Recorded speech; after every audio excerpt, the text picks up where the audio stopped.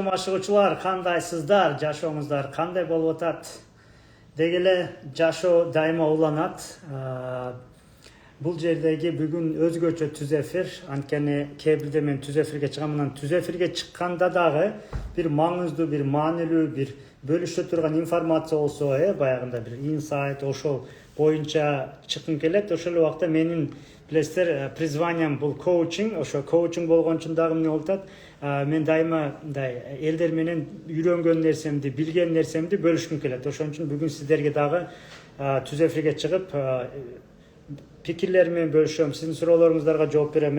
Ошол убакта биздин бүгүн да бир коногубуз болушу мүмкүн. Ошол да келип калса аны менен да сүйлөшөбүз. Ошол. Анан жаңылыктарым бар сиздерге.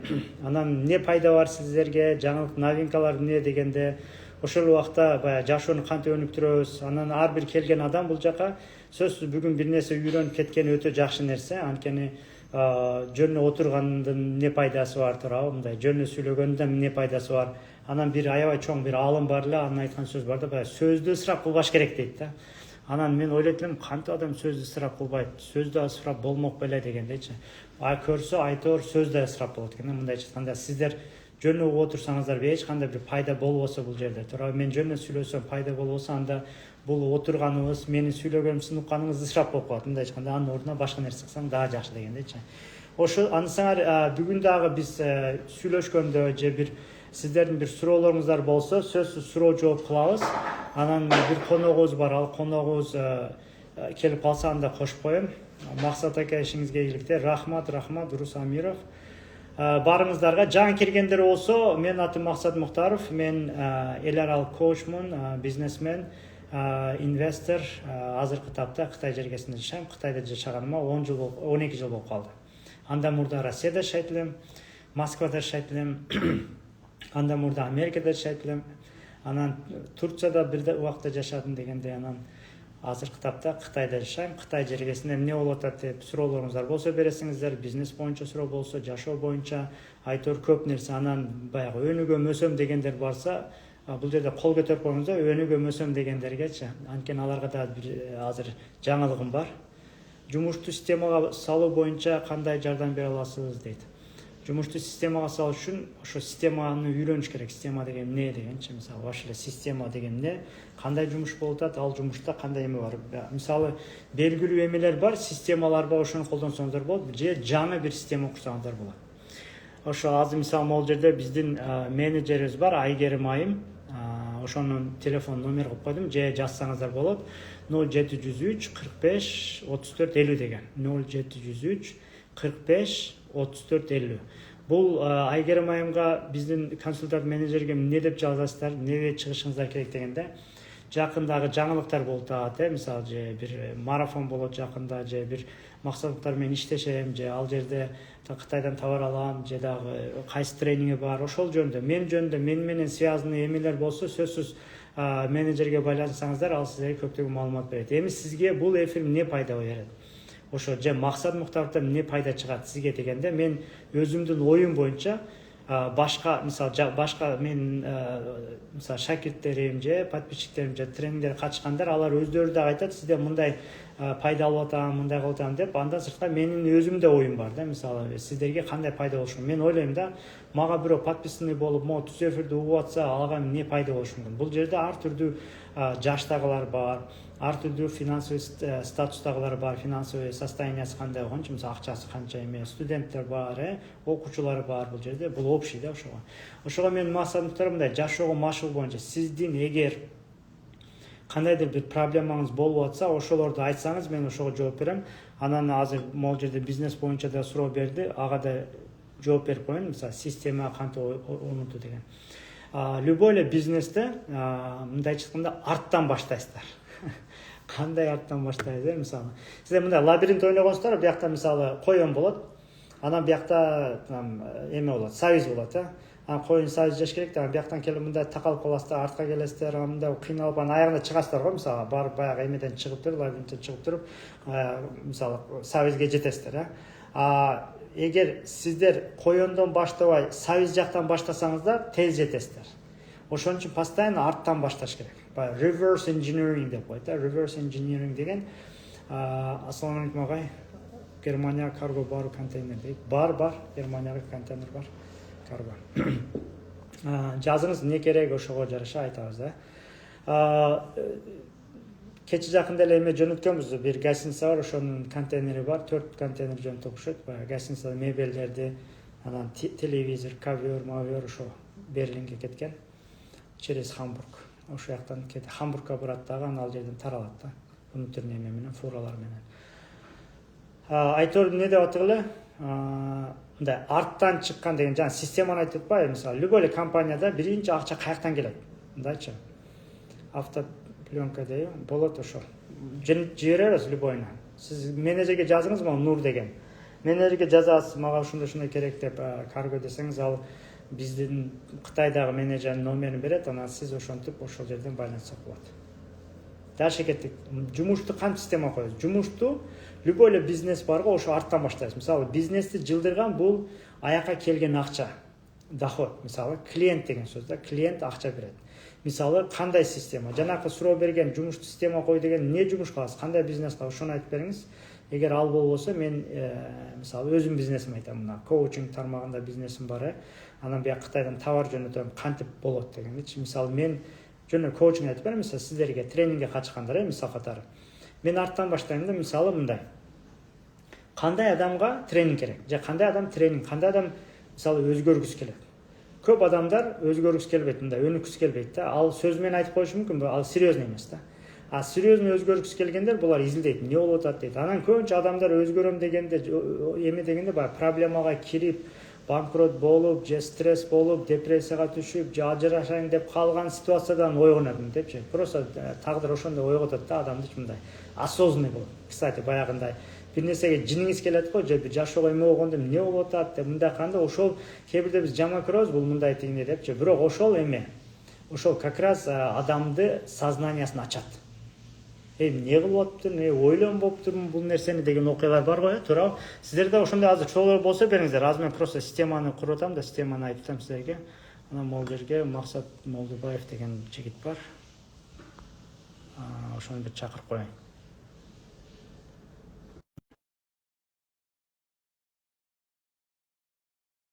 Мисалы бир система, мен мисалы азыр жанакы жигитпи ким жазса, баягы жумушту системага коебуз дегенде, сиздерге да бизнесиңиздер болсо койсок болот. Ассаламу алейкум. Assalomu alaykum agay, qandaysiz? Алейкум. Уже коногубуз да келип калды дегендечи. Саламатсыздар, мен бир тааныштырып коеюн. Бул Максат мырза, анын аты Максат Молдубаев, менин партнерим. Ошол убагында азыр деле баягы шакирттикке катышып, насаатчылыкта окуйт. Анан жакында бир нерсе организация этели деп аттык эле, ошону эме кылып, могул жерде мен багыт иштейм дейт боюнча дүкөнүбүз бар, Ош Бишкекте иштейт. B2C, B2B багытына сала албай жатам. Онлайн телефон, гаджет боюнча да иш алып барамын дейт. Окей, Рус Амиров деген баягы системада эт сата экен, эт дүкөнүбүз бар дейт. Ошо жөнүндө айтып берем. Суроолорду анда кийин айтып берем. Максат мырза келип калыптыр, баягы конок живой адам келип калыптыр, ага маани бар ал дегенде. Максат мырза кандай, жакшысызбы? Жакшы агай, жакшы, сонун агай, өзүңүзчө кандайсыздар? Же жумуштасызбы? Мен жумуштамын, азыр жумушта отурабыз. Жумушуңуз кандай жумуш? Меники өзүм швейный цехим бар. Ошо швейный цехте иш кылабыз, эме кылабыз, ошону иштетебиз. Азыркы учурда 30 адамдай иштейт. Жакшы, буюрса. Сонун.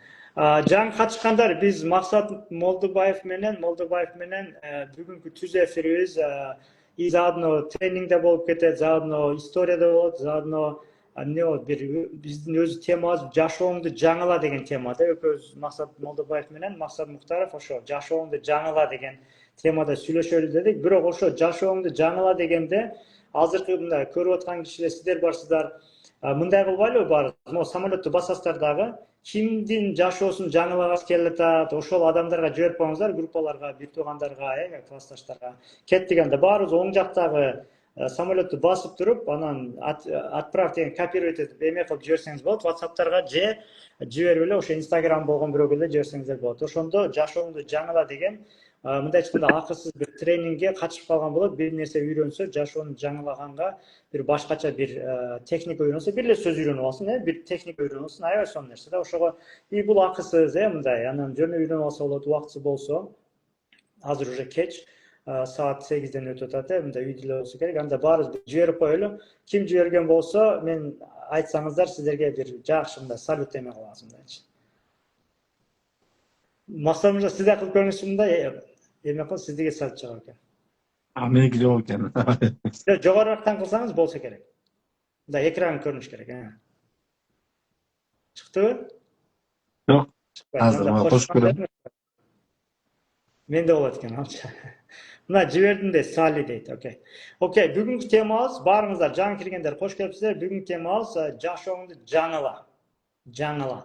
Мындай дегеле жаңы деген сөз жаш сөз, мисалы, эмне деген сөз, мисалы, кандай жаңылыктар бар деп атпайбызбы, Мисалы, Максат мырзанын мурдагы окуяны билем да, анан мындай жаңылык болду деп баягы биз жолугуп калганда сабак учурунда, ошо сыяктуу ошондой канда жаңылыктарын айтса аябай сонун болот да, ошончу. Система боюнча кийин эстетип коюңуздар, азыр биз өз темабызды өтөлү, анан суроо жооп өтөбүз. Анткени суроо жооп аягында болот обычно ошого. Ол жерде системаны айтабыз деди эле, ошого сурап атышат. Система жөнүндө сөз сүйлөп берем, айтып берем техникаларды, системаларды. Азырынча биз эмне кылабыз? Азырынча жашооңду жаңыла. Самолеттор жибердиңиздерби? Самолет учпайт го бияктан. Бир аз учуптур, 85 чыгыптыр дегенде. Сонун баарын мындай жакындарыңыздарга жиберип коюңуздар, тааныштарга, анткени алар да келсе бүгүн жандуу менен живой үйрөнүп алат. Болбосо бул видеону кайра көрөм деп мындай убакыт өткөрбөсүн, мындай убактысы болсо кирип эме кыласың. Ким жиберди? Жибергендерге салют беребиз. Жибердим деп айткаңыздар, ким канча кишиге жиберди? Мында чайма болон. Баарыңыздар чайыңыздар болсо, чайыңыздар алып, мынтип нормально баягындай. Спокойно сүйлөшөбүз эми. Окей. Жашооңду жаңыла. Максат мырза, сизден баштабайлы мындай. Жашооңду жаңыла дегенде эмне түшүнөсүз? Анан сиздин жашооңузда жаңыланган нерсе болуп атабы же болдубу же бул эмне деген? Жашооңду жаңыла деген жөнүндө бир аз айта кетесизби? Жашоонун жаңыла деп айтабыз. Агай, негизи бул жашоонун жаңыла дегенде бир күнүбүз бир күнгө окшобош керек экен да. Күндө окуп туруп, күндө үйрөнүп, бир жаңы нерсеге азыр мамы ушундай коом жашоо өнүгүп атканга жараша биз да өнүгүп турушубуз керек экен. Күндө бир ой менен же китеп менен адам өзүбүздө көп нерсени билип алат экенбиз. Ошолор менен да ойлогон, мындай ойлонуп, өзүң адам билген нерсени кайталоо дагы бир чоң нерсени жаңылык алып келет экен да. Менде да ушундай болду. Эртең менен басканды ушуна адат кылып атабыз. Жашоодо бир адатты, привычканы алып келсең, жашооң өзү оңолот дейт го. Бизде ушундай адаттар бар экен, терс адаттарчы. Ал адаттарды бир гана жолу агай. Ардын ордунду алмаштыруу экен да. Биз аны жок кыла албайт экенбиз, жаман адатты, ордун жакшы адат менен алмаштыруу. Анан мен дагы ошо жакшы адат кылып эртең менен эрте туруп басканды адат кылып баштадык. Анан чындыгында ошо адат телефонду таштап коесуң, эчтеке музыка укпайсың, эчтеке укпайсың, только өзүң менен өзүң ойлоносуң да. Көп нерсе чыгат экен да. Бизде катылып жаткан көп нерселер бар экен. Адам биз билим ала беребиз, казына сактала берет экен да мээдечи. Анан ошолорду алып чыгып алып, керектүүсүн колдонуп, кереги жогун ыргытып, анан ошентип ойлонуп, көп ачылыштар болду агай. Адам көп нерсе жашоодо ушундай болот экен да, депрессияга түшүп, кыйналып баштаганда өзүң ойлонуп көрсөң, сенде көп байлыктар бар экен да. Азыр басып жүргөн бутуң, колуң, көрүп аткан көзүң, денең сак болгонуң эле чоң байлык экен да. Ошолор менен анализ кыласың. Адам ойлонуп, күндө мындай кылып туруш керек экен да. Күндө ойлонуп, мен киммин деген суроо берипчи. Мен киммин деп. Биз деген Кудайдын кулу экенбиз да. Ошону эстегенде, ойлогондо баардык нерсе, мисалы, азыркы ишиң дагы, азыркы проблемаң дагы жок болуп кетет экен да. Кулдун проблемасы, бизнеси деле жок болот да. Жеңилдеп калат экенсиң. Ишиң жүрбөй атса да, Кудайдын иши жүрбөй атат деп, ниетиңди ошого кетет, жеңил болуп калат да. Мен неге ойлоном, Кудай ойлонсун депчи. Чындыгында баягы бизге ойду, акылдын баарын Кудай Тааладан келет да. Аллахтын өкүмү жок, камал кыймылдабайт дегендей, жалбырак кыймылдабайт дейт го. Ансыгандай биздин кыймыл аракетибиз бүт Аллахтан келген үчүн биз баягы өзүбүзгө менчиктеп алган үчүн агай кыйнала берет экенбиз да. Мен Ha, баягы жашоодо ушундай болот экен. Баары менчиктеп аласың, анан ошондон кыйналып азап чеге бересиң да. doğru. Ошентип адат кылып көп нерселерди адам өзүбүздөгү эмелерди алып чыктык. Анан жеңилдеп калдык. Азыркы Hmm, мисалы азыр кичине кыйынчылык болуп атса, проблема болуп атса, артка барып көрсөңүчү мындан бир 5-6 жыл чындыгында азыркы жашоо каалоо болот экен да. Көбүбүздүнчү азыркы жашообуз, азыркы урүүбүз мурун 5-6 жыл мурун мечтать эткенбиз, каалаганбыз, план койгонбуз. Эми жакшы жагына көбүнчөчү жетишкендиктерчи. hmm. Анан ошондо сүйүнүп калат экенбиз да. Максаты дагы ушундай экен да, максатка жетип алгандан кийин бир убакыттан кийин аны унутуп калып башка максатка максат коебуз, алдыга жылабыз. Анан эстеп турушубуз керек экен да. Чындыгында Ha, артка кайрылып, ойлонуп, анализдеп, суроо берип, hazır анан son. Hazır üç ders ayttınız da bir ayttınız şu Kuday boyunca ayttınız. İkinciden hemen ayttınız. Ne жөнүндө айттыңыз? Adat жөнүндө ayttыңыз, мына жаңылануу боюнча айттыңыз. Андан кийин максат жөнүндө. Мында не дедиңиз? Adat биринчиси эле. Биринчиси биринчи Кудай менен связанный. O adat, анан Кудай максат. менен Темада мен да бир аз өзүм оюмду айтып кетейин, коуч катары дегенде. Биз жана сиз айтпайсызбы, Кудай мен ичине кирип алып кыйналып дегендечи. Мындай айтканда Кудай ал постоянный планы бар. Кудайдын планы башкача, туурабы? Өзүнүн планы менен кетип атат Кудайчы ал жерде. Биз ал Кудайдын планына кошулуп алабыз да, мисалычы.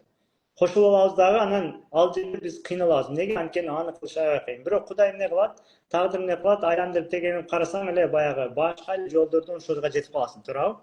Жолун турат. ойлогонсуң да, бул адам могу менен барам тигиндей депчи. Мындай Кудай кыла албай калат, же унутуп калды, же бул эстебей калды деген нерсе жок ал. Мындай как положено, канча миң жылдан бери күн чыгат, дагы эле күн чыгат, мисалычы. Адам төрөлүп өсүп жок болот, дагы кезим ушай. Дарактар күнүгө мындай дайыма өсүп турат. Даже Кытайда баягы жалбырактар саргайып түшпөйт да, кээ бир дарактардыкычы. Анан биринчи жалбырак качан чыккан ойлоңуз, бизде деле арчалар, мисалы арчалар ошойдон турат да, жалбырагы чыккан, жалбырагы жашыл болуп турат, туурабы? Эми ойлоңуздар, бул канча миң жыл мурда же чыккан жалбырак жанагычы ошойдон турат деген. Отуруп суу алып мындай болуп, мындайча постоянно чыгат. Ошон үчүн Кудайдын планы өзгөрүп кетпейт. Ал заранее билет, бүт нерсени билет. Бул жерде просто биздики мындай өзүбүздүн каалаган нерсени эле түшүнүш керек. Туурабы? Мындай эмне каалап атасың? Ошону Кудай адам колуна берген да, өзүнө берген. Өзүң каалаганын кыл дейт. Сен каалаганын мен берем дейт. Биздин задача бир эмне каалайбыз, ошону табыш керек да, бир ошондой. Анан адат дедиңиз өтө жакшы нерсе, мындай нерсе бар да. Неге адат итегиле адат бар да адамдарда, туурабы? Мисалы тиш жууган адатыбыз бар, мисалы чай ичкен адатыбыз бар. Анан кээ бирөө чай ичпейт. Кытайлар мисалы, Кытайлар өзүнүн чайын ичет, бирок башка чай ичпейт дегендей. Мисалы, Кытайлар нан жебейт деген, мындай адаттар бар да, биз нан жеген адатыбыз бар. Кытайлар нандын ордуна рис жейт, мисалычы, ошондой адат. Эми адат жөнүндө бир аз айтып кетсем, анткени адат аябай күчтүү нерсе да. Же адамды жок кылат, же адамды учурат. Неге дегенде, анткени адаттарда сознание жок. Ал подсознательный кетет да. Ал значит байкабайт. Мисалы бирөө тамеки тартат, ал байкаган жок тамеки тарткан. Адатка кирип калган, ал өмүр бою уже ичип эмне болуп кетти, уже тиян Кудай билет. Мисалы да, жаман нерседе багып кетет. Же тескерисинче. Бир аябай жакшы адам бар, мисалы, дайыма кайрымдуулук кылат. Ал адатка айландырып аткан, ал уже эмне акча берип атканда, кайрымдуулук кылып атканда ал өзү сезбейт. Аны сырттан адамдар айтат, сен мындайың бар депчи, Ошондой болгондо адат күчтөнөт, дейт ошол. Анан максат дедик, мисалы. Биз максат койдук, бир максат койдук. Аяка жеттикпи, жеткенден кийин токтоп калабыз. Сизде болгонбу максат, Молдобаев? Бир максатка жеттиңиз, анан токтоп калган болдубу? Ооба негизи агай максат коюп, анан жеткенден кийин чындыгында токтоп каласың да. Бир убакыттан кийин депрессия башталат, кыйнала баштайсың. Адам чындыгында максат шайтан деп коет го, максатың жок болуп эле бүттү. Токтоп калган сыяктуу болуп, өзүң кыйнала баштайсың. Ошон үчүн каждый максат коюп туруш керек. Анан ар бир максатыбызга ыраазычылык айтып кете бериш керек экен да. Азыр жеткенибизге да рахмат айтып ыраазычылык кылсак, анан ошондо Аллах Таала дагы берекесин берип, күчөтөт экен да. Биз жетип алган нерсени унутуп калат экенбиз да кайчы. Аркага Ал карабасак. жерде көңчө мындай болот да, мисалы адам каалайт го бир максатына. Аны иштей баштайт. Максатына жеткенден кийин токтоп калды. Уже максатына жетти да. Жетти, уже токтоп калды. Анан жүрүп эмне болот? Жашоосу кыйналат, эме болот. Неге кыйналат? Анткени максат жок, бир маңыз жок болду да, эмне кылайын депчи, тиге жетти да. Ошон үчүн көңчө мен кандай кылам? Максаттарды баягы фантастика бар го, ошол жактан коюп алам да. Анан бир максатка жеткенден кийин, обычно биз аны койбосок эмне болот? Жеткенден кийин жашап жүрөбүз, жеттик, үйүм бар, машинам бар, мындай кылып жашап атат, чөтө анан ошол жерде токтоп калабыз да. Токтоп калгандан кийин уже депрессия башталат. Неге? Машинаң бар эле, жеттим го, үйүм бар, жеттим го, бирок адамдын программасында андай жок да. Адам токтобойт да, мисалы бир жерге келди, мисалы жөн залга баралы. Залда биринчи көтөргөнүңүздө канча килограмм көтөрөсүз? Мисалы айталы 30 килограмм, 40 килограмм. 30 килограмм көтөрүп уже барып кайрылып аны көтөргөндөн кийин уже эмне болот адамга? Баягындай скучно болуп баштайт, аны ошол эле көтөрүп, онондон көтөрөм деп мындай барасын кылып коюп кете берсин. Барасын уже не прогресс жок уже. Ал жерде булчуң дашы көтөрүлбөйт. Анан эмне кылабыз? Мисалы 40 килограмм анан кошобуз 50 килограмм кылабыз. 50 килограмм 25-23 мындай көтөргөндө эмне болот? Уже баягы булчуңдар дагы кыйнала баштайт. Ошондо адамга эмне болот? Могу залга барганда билет, мындай кайфовать этет, туурабы мындай. Аябай катуу болгондо уже эме кыйналганда уже баягы прогресс болуп атат, уже үйрөнүүгө болуп атат депчи. Ошого бизде мындай болду, ушул бүттү деген бул дүйнөдө боло албайт да. Биз напсы тойбойт, андай мындай дейбиз го. Неге дегенде биз бейишти көрүп келгенбиз да. Мындай эме бул дүйнөгө келгенде бейиш көрүнгөн экен дейт да, мындайчы. Уже адамдын каалоосу бул баягындай мындай бейиштер менен, баягындай чексиз нерселер менен канааттанат да. Биз баягы максатыбыз бүткөндөн кийин токтоп калсак, ал программабызда уже бар да, ар нерсе каалай берет да. Анда токтоп калсак уже деградация болобуз. Адам мындай токтоп калбайт, ал ылдыйга түшүп атат деген сөз да. Кыйнала баштайт, анан потенциалын колдонбой атат деген сыяктуу. Мисалы баягы уй бар го, мисалы. Уй чөп келет, анан эмеси сүтү толуп калат. Анан сүттү эмизбесек же сүттү сабаса, уй кыйналат. Сиздерде болгонбу? Билесиздер да айылда жашагандар. Туурабы? Аны эмне кылат? Айтыңыз. Тиги негизи ушуга дагы бир эме бар, бир жерден уккам. Максатың чоң болуп тийбей калса коркунучтуу эмес дейт да. Мишени жааткандачы.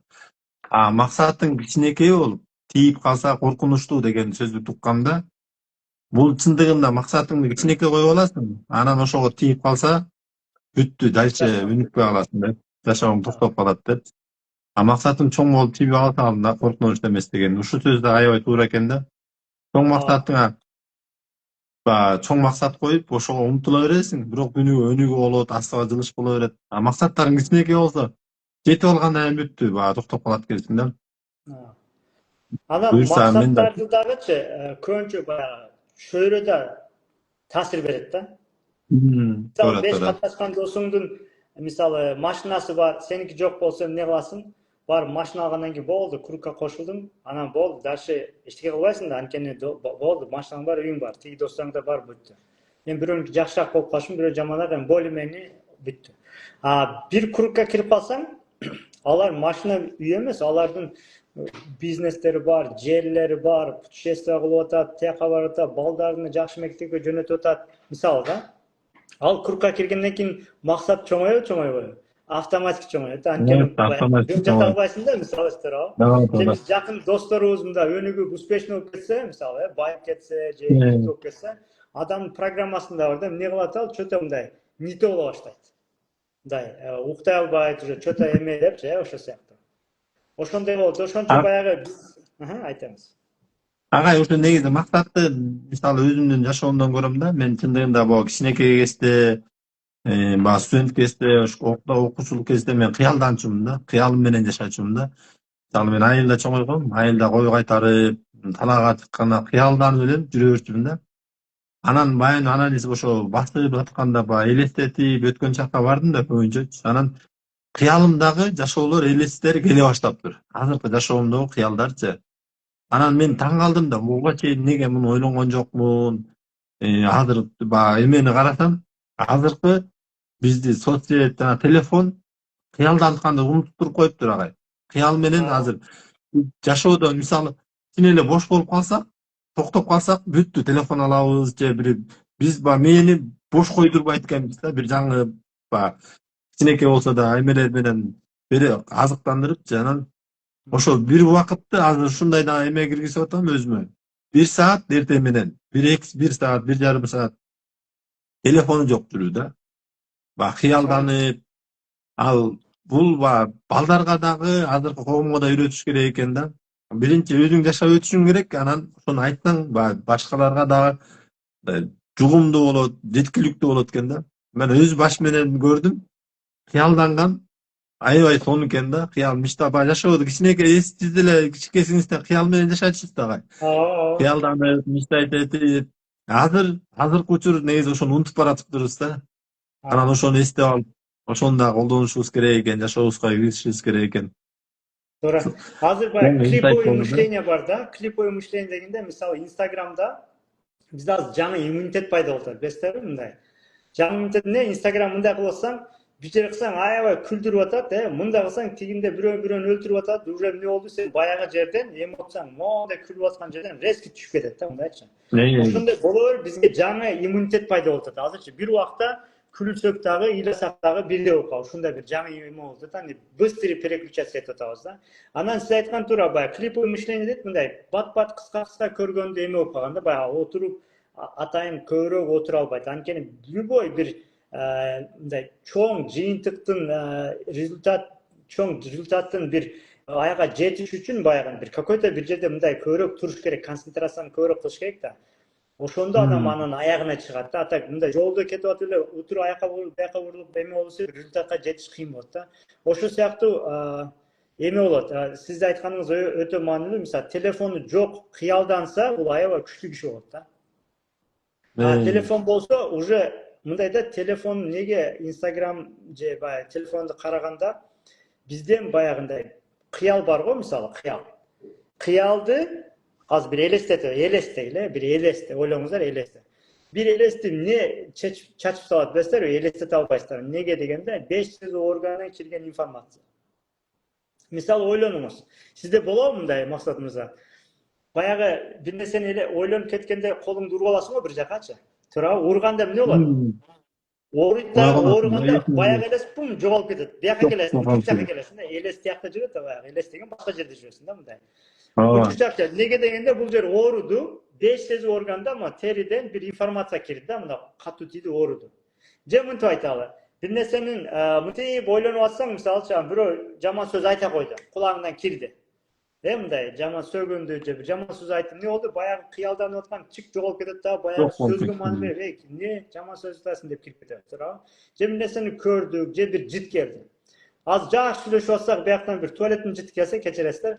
Уже сүйлөшкөнүбүз не болуп кетет, уже баягы кыялданган нерселер эмне болот, ошол сыяктуу. Ошол сыяктуу мындайча айтканда, кыялды 500 органдан кирген информация буну чачып салат. Эми телефон 500 орган кайсыларын колдонот? Адамга эң көп, эң күчтүү кирген информация бул көздөн кирет. Именно көздө Инстаграм, башка эмелер көрүп атабыз. Анан кулактан кирет, анан жыттан кирет, анан даам сезүү органдан кармаганда кирет. Туурабы? Бул 500 органдан кирген информация менен ме обработка кылып иштейт. Ме мисалы мындай да, бир мени ойлоңуздар, бир машина болсо иштеш керек, бирок буга бир товар керек, бир нерсе менен иштеш керек да, өзүнүн нахаласы иштей албайт да ме. Ме бир нерсени алып иштетет. Эгер эчтеке жок болсо иштеше албайт. Ал эмне? Уктап атсаң, эчтеке жок мисалычы. Же баягы мас болуп калсаң, эчтеке деле жок, мындай уже иштей албайт. Сол болсоң, көзүң ачык болсо, кулагың ачык болсо, кулагың эмне угуп атат, көзүң эмне көрүп атат, даам эмне сезип атат, эмне жит болуп атат, ошолор алат дагы эмне кылат? Ошо менен обработка кылып результаттар чыгарат да, бир эмелер коет. Ошого биз мээбизге 500 органдан не жиберсек, ошону менен эле иштей алат. Анткени мисалы жана кичинебизде кыял кылдык, мурда кыял кылдык деп атпайбызбы? Алар астында калып кеткен да, обработканы. Анткени актуальный эмне көздөн кулактан баягы кирген үчүн не до этого болуп атат да. Эгер буну токтосок, көздү жумдук, кулакты жумдук, ал деген сөз телефон таштадык сиз айткандай, жана айттыңыз мындай. Телефонду карасаңыз, информация кетет да, уже сиз кыялдана албайсыз, аны ойлоно албайсыз. Эмне кыласыз? Телефон жок, көзүңүздөн информация кирбеди, көчөдө жүрөсүз, телефон карайын десеңиз, телефон жок уже мындай. Өзүңдү баягы баягы эме зависимый болуп калгандар болот го, баягы барып мени байлап кой, мени эме кыл дегендечи. Биз деле Ошондой эле азыр болуп телефонго, атат. Инстаграмга ошондой элебиз. Менин да мени байна дейбиз да. Кээ бирде болот го баягы азыр уктайм дейсиң дагы анан эме каласың, кээ бирде кенчеме айтып коёюн, мен мындай эстетип койгон да, 1-2 жолу чалып койгон, мындай жат деп койгон деген болот го азыр. Ал деле актуальный нерсе, аны деле кылыш керек көңүлүңгө чейинчи. Анан мындай нерсе бар да, Максут мырза, баягы биз сүйлөшөбүз го. Бир нерсени кыла албай атабыз го азыр, телефонду карай албай атабыз мисалычы. Мындай телефон коюп кое атабыз, 1 саатка кое албай атабыз. Азыр көбүнчө киши кое албайт, бирок сиз коюп атыпсыз. Эми Максат мырза сизге суроо. Мисалы, сиз буну кылып атасыз го ужечи, 1 саатка телефон таштап туруп эртең менен басып атасыз, туурабы? Эми Ооба. караңыз. Ооба. Ага чыгып атасыз, сиз эмнеге чыгып атасыз билесизби? Анткени ошону эмне үчүн ошондой кылам дегенге жообуңуз бар, өзүңүздүкү лично. Туурабы, туура эмеспи? Туура ага. Эмне жооп сиздики мисалы? Неге ошентип 1 саат басайын деп атасыз? Өзүңүзгө жообуңуз эмне? Мен өзүмдүн жообум ошо. Телефонду таштап, кыялдарым менен бала кездеги кыялдарым менен жашоо. Анткени бул результат болду да, жашоодо ар бир кыял орундала баштаганчы, көрүп элестесем, чындыгында кыялдарымда жашап атам да. Анда боло жетет экенбиз, эми дальше дагы мындан чоң кыялдарды кыялданып, ошого мечтать этип, ошого аракет кылып, биз акылга сала берет экенбиз. Аллах Таала акылга салып болбойт депти. Аллах Тааланын жолу башка экен да, сиз айтпайсызбы? Өзүнүн жолу менен алып барат депти. Бир убакта сен аны унутуп коесуң, анан бир убакта ошо кабыл болуп калат да. Болгон ишеним керек. Келсеңиз ошол жерде турасың. Ошол жерде болуп Кантип калат келгенин да. байкабасың. Эми Анан мына ошону сиздикини байкадык. Эми анализ кылайлы, жанакы суроо бердим да, эмне үчүн сиз кыялдандыңыз? Значит, мындай болгон сизде. Мурда жаштыгыңызда кыялдангансыз, ошону каалагансыз, кийин ошол кыялдарды улантпай калдыңыз дагы. Жөнөкөй эле жашоого кирип кеттиңиз. Мындайча айтканда, сиз кыялданышыңыз керек, чтобы жашооңуз өнүксүн. А сиз уже определенный даражага жеттиңиз, бирок дальше болбой калды, дальшеси эмне эле таппай калдыңыз. Балким кичинеңизде кыялдар болуп бүттү уже. Туурабы, Кореяга бардым, дагы бизнесмен болдум, дагы эмне кылдым эле деп артка барганыңызда, дагы бир элек нерсе болсо таап туруп, ошону дагы жашап туруп кетесиз, же айталы кыялыңыздагы бүт нерсе болуптур. Значит, не дедиңиз? Значит, мен кыялданбай калыпмын. Ошо жаштыгымда кайсыл жерде кыялды токтотуп койсом, кайра барып ошол жерден улантам деп атасыз да, туурабы? И улантып атасыз. Кантип атасыз? Күнүгө 1 саат жөнүп басып атасыз да, мурда ошончо кыялым беле болду, значит, кичинемдеги кыялдар бүт болуптур, башка кыялым жок экен анда. Токтоп тур деп туруп, ошол жерден дальше улантып туруп, кинону дальше көрүп атасыз, сценарий жазып атасыз да, туурабы? Анан 1 саат сценарийде эми сизге суроо. Ошол күнүгө басканыңызда, 1 саат басканыңызда канча кыял же сценарий же мындай каалоолор болуп атат сизче мисалы? Канча сомду, канча эме мисалы? Акыркы жолу кыялданганыңызда, басканыңызда эмне оюңузга келди? акыркы жолу басканда азыркы биз негизи кыялыбыз азыр негизи кыял жомок го, фантастика нерсе да. Ошо элестетип алып, анан кайра күнгө койсо болмок беле дейбиз го. Анан биз өзүбүз сен кылып коет экенбиз агай. Мисалы акча болобу, эме болобу, өзүбүз акылыбыз менен жеткен, колубуз көзүбүз көргөн же билген нерсени эле кыялданат экенбиз да. Азыр эми чоң акча сумманы кыялданып койдум. Чоң акча, анан мен дагы ошо кичинекейибизде кыялдардын бири айылдарга жанакындай эме жасоо, заводдорду куруу планым да. Ошого заводдорду куруп, чын эме экен агай. Жардам берүү, негизи биз жардам беребиз дейбиз го. Жардам берүүнү да үйрөнүш керек экенбиз да. Биз негизи адамдарга жардам бербей, биз ага деген жанакындай өздөрү иштеп тапкыдай кылып, биз условия түзүп беришибиз керек экен да. Мен ошого эме кыялдана баштадым. Азыр айыл жергесинде мындай жаштар көбүнчө жумушу жок, шаарга кетет, чет өлкөгө кетет. Айылда биздин өзүм айылыма деле барсам, үйлөр бош болуп калган да, көчүп кетишкен болот. Анан ошондо кыялданып койгом, ушул жака бизде негизи айылда жер чарбасы бүт кайра иштетүү эме жок экен да.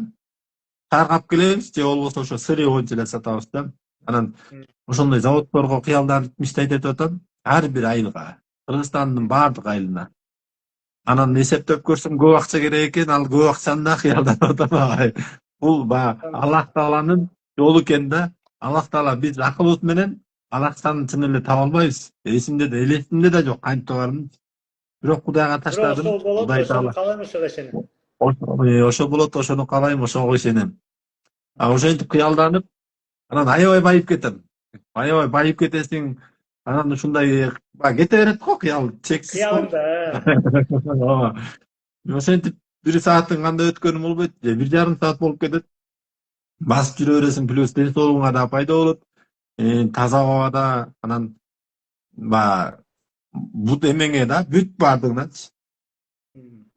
Ошо сонун. агай. Анан дагы бир эме айта кетсем, ошо негизи биз негизи баягы басканда айрыкча ыраазычылык көп айтышыбыз керек экен да. Ыраазычылык айтып, ушул басканыбызга, природага, сууга дем алганыбызга мен ошентип кетип баратып агай бир эме болду да. Ушундай кооз жер да чындыгындачы. Баягы биздин Кыргызстан кооз го, тоолорун көрөсүң, бул эртең менен тун бойлой таза аба. Ошентип мечтать этип кыялданып кетип баратсам, бир байке кетип барыптыр да. Анан ал дагы мендей мечтать этип, ал да кыялданып баратабы деп мен барып байке менен учураштым. Ал бүт негативди кыялдап басып жүрүптүр да. Ар кайсына нааразы болуп, анан ошондо эме болуп калдым. Шок болдум да, ал ушундай жерде ушундай неме негативди чыгабы деп. Анда биз негизи өзүбүз тандоо экен да. Таза жерде, жакшы эле жерде жүрөсүң, бирок ошондо деле өзүбүз чагып эмете берет экенбиз да. Жана айтылат го, агай, ары менен чымын депчи. Ары ушундай кызмат кылат экен, ушундай пойлада жаман нерселер, мусор турса ошонун арасынан гүлдү таап, гүлгө конот да только. А чымындын максаты жакшы нерседе гүл турса, ошонун арасынан жаман нерсе издеп барып конот экен да. Бул тандоо өзүбүздөн эле экен агайчы. А ошондо Бирок байке дагы кичине гүл дагы оюн бар, өзгөргүзүп жаман койду. нерсе да бар да ал же жашалган нерсе, туурабы? Эми ал жерде бар негизи, көрсөң тапсаң болот, издесең чын элечи чыга берет да. Бул эме биякта бул таш эмне турат, муну алып койбойбу, буягын тигинтип коюптур. Эми баягы издесең Бүгүн любой күн жерден ысык, чыгат го. суук болсо күн неге суук? Э, Шамал болуп атат, бияктан неме депчи. Ошо аны. Сонун. Бул жерде мен Максат мырза жөнүндө бир аз айта кетейин, анткени 3 жыл болуп калды, 3-үнчү жылга кетти азыр, уже. 5-нчи жылга энди. Максат мырза менен чогуу мындай иштешкенибизге, чогуу баягы насаачылыкта көп жолугушуп жүрөбүз да, анан барганда, Кыргызстанга барганда чогуу болобуз. Эң жаккан жагы Максат мырзанын баягы бул практик да, баягындай ойлонуп, баягы бирдемке кылып сразу жашаган, сразу аны жашагандан кийин мындай болду деп сразу анализ кылат. Бул баягындай теоретический нерсе эмес да, мына бастым мындай болду, тигиндей кылдым мындай болду деп мындай сразу колдонот. Бул ошол сиздин баягындай колдонгон жагыңыз, анткени бул илим үйрөнгөндөн кийин бирок колдонбосо адамчы, илимди амал кылбаса ал кетпейт да. Бүт нерсени сүйлөй бересиң, бирок өзүңдү карачы деген сөз бар да. Ошон үчүн көбүнчө биздин насаатчылыкта билесиз го, баягы мисалы бир техника үйрөнөбүз, анан 2 жума ичинде ошону колдонобуз, туурабы? И колдонуп, ал жерде да сортировка болот, кээ бирге балким азырынча кереги жок, уже кийинчерээк, же акчаң көп болгондо ошондой керек болуп калат, же эме болот, кайсынысыбыз алып туруп колдонуп, биз аны эмне кылабыз? Жана адат деп атпайбызбы? Адатка чыгарабыз. Анан бул жерде көрөрмандарга да бир жаңы техника айтып коеюн, мисалы адат боюнча айтам да. Адат деген сөз бир нерсени аябай көп кылсаң, адатка айланып калат. Мындай оңой кылып каласың. Биз эмнеге маанилүү нерсени адатка айландырышыбыз керек? Анткени адатка айланганда бул нерседен кыйналбай калабыз. Туурабы? Адат эмне деген сөз? Адат деген сөз аны кыла бересиң, бирок кыйналбайсың. Кандай адатыбыз бар? Тиш жууган адатыбыз барбы? Бар. Мисалы чай ичкен адам, наоборот, даже кайфовать этебиз, туурабы? Мындай адаттар мындай нерсе да. Эгер адаттарды подсознанияда бар да алчы адаттар. Эгер адаттарды кылбай койсоң, эмне болосуң? Кыйналасың, туурабы? Кыйналасың. Мисалы тиш жуубай жатып алсаң, адат. Чоңдо нете болосуң, туурабы? Кыйналасың. Жаман адаттарды да кылбай койсоң кыйналасың да. Ал да ошондой. Тамеки тартат. Жакшы ара берсе жакшы нерсе эмес да, баягы өзүндө соо болбойт мисалчы. Же урушуп сүйлөйт. Мисалы балдарын урушуп коет мындай. Урушпай калса уже что-то не то, балдарын тарбиялай албай калдым деп туруп, урушушкандан кийин уже тарбиялап атам деп мисалы. Бул деле жакшы нерсе эмес да, ошол сыяктуу. Ошол сыяктуу адаттарды биз мындай, көбүнчө анан мындай нерсе бар да. Адаттар жакшы жаман болуп бөлүнөт го, мисалы. Мындай эч жаман жакка алып барат же жакшы жакка алып барат. Туурабы? Биз именно жакшы жакка алып бара турган адатты адат катары алып, аны тем более адатты мындай жаңы адатты киргизиш да кыйын да. Жаңы адатты эски адаттын жанына кошуп коюш керек. Мисалы мен мындай адат кылып келет да, мисалычы. Үйгө келгенде кандайсыңар балдар деп алар кучактап алар менен 2 мүнөт сүйлөшкүм келет да мисалычы. Анан кебиде кыласың, кебиде кылбайсың, унутуп кала бересиң. Анан эмне адатым бар мисалы? Адат болбосо да мен эшиктен кирем да туурабы? Эшиктен кирип эшикти жабам. Үйүңө кандай киресиң? Аны постоянно кыласың. Эми эшикти жапканда мен келдим деп туруп балдарга сөз айтса мисалы, балдар келсе мисалычы, уже болду. Эшикти жапканда постоянно мен келдим деп ошону киргизип коесуң адатка. Мен келдим десе уже балдар атам келди деп чуркап келет же бирдеке алып келет ушундай. Мисалы эшиктен кирем ал адатка же ошол нерсеге, постоянно кылган нерсеге аркасына бирдеке кошобуз да. Анан аны кылганда тигин эстетет, тигин айтасың болду. Тигин эшик жапканда эстете берет, эстете берет. Анан бул адатка кийин беркин мисалы мен келдим деп уже бир адат киргизип алдым да.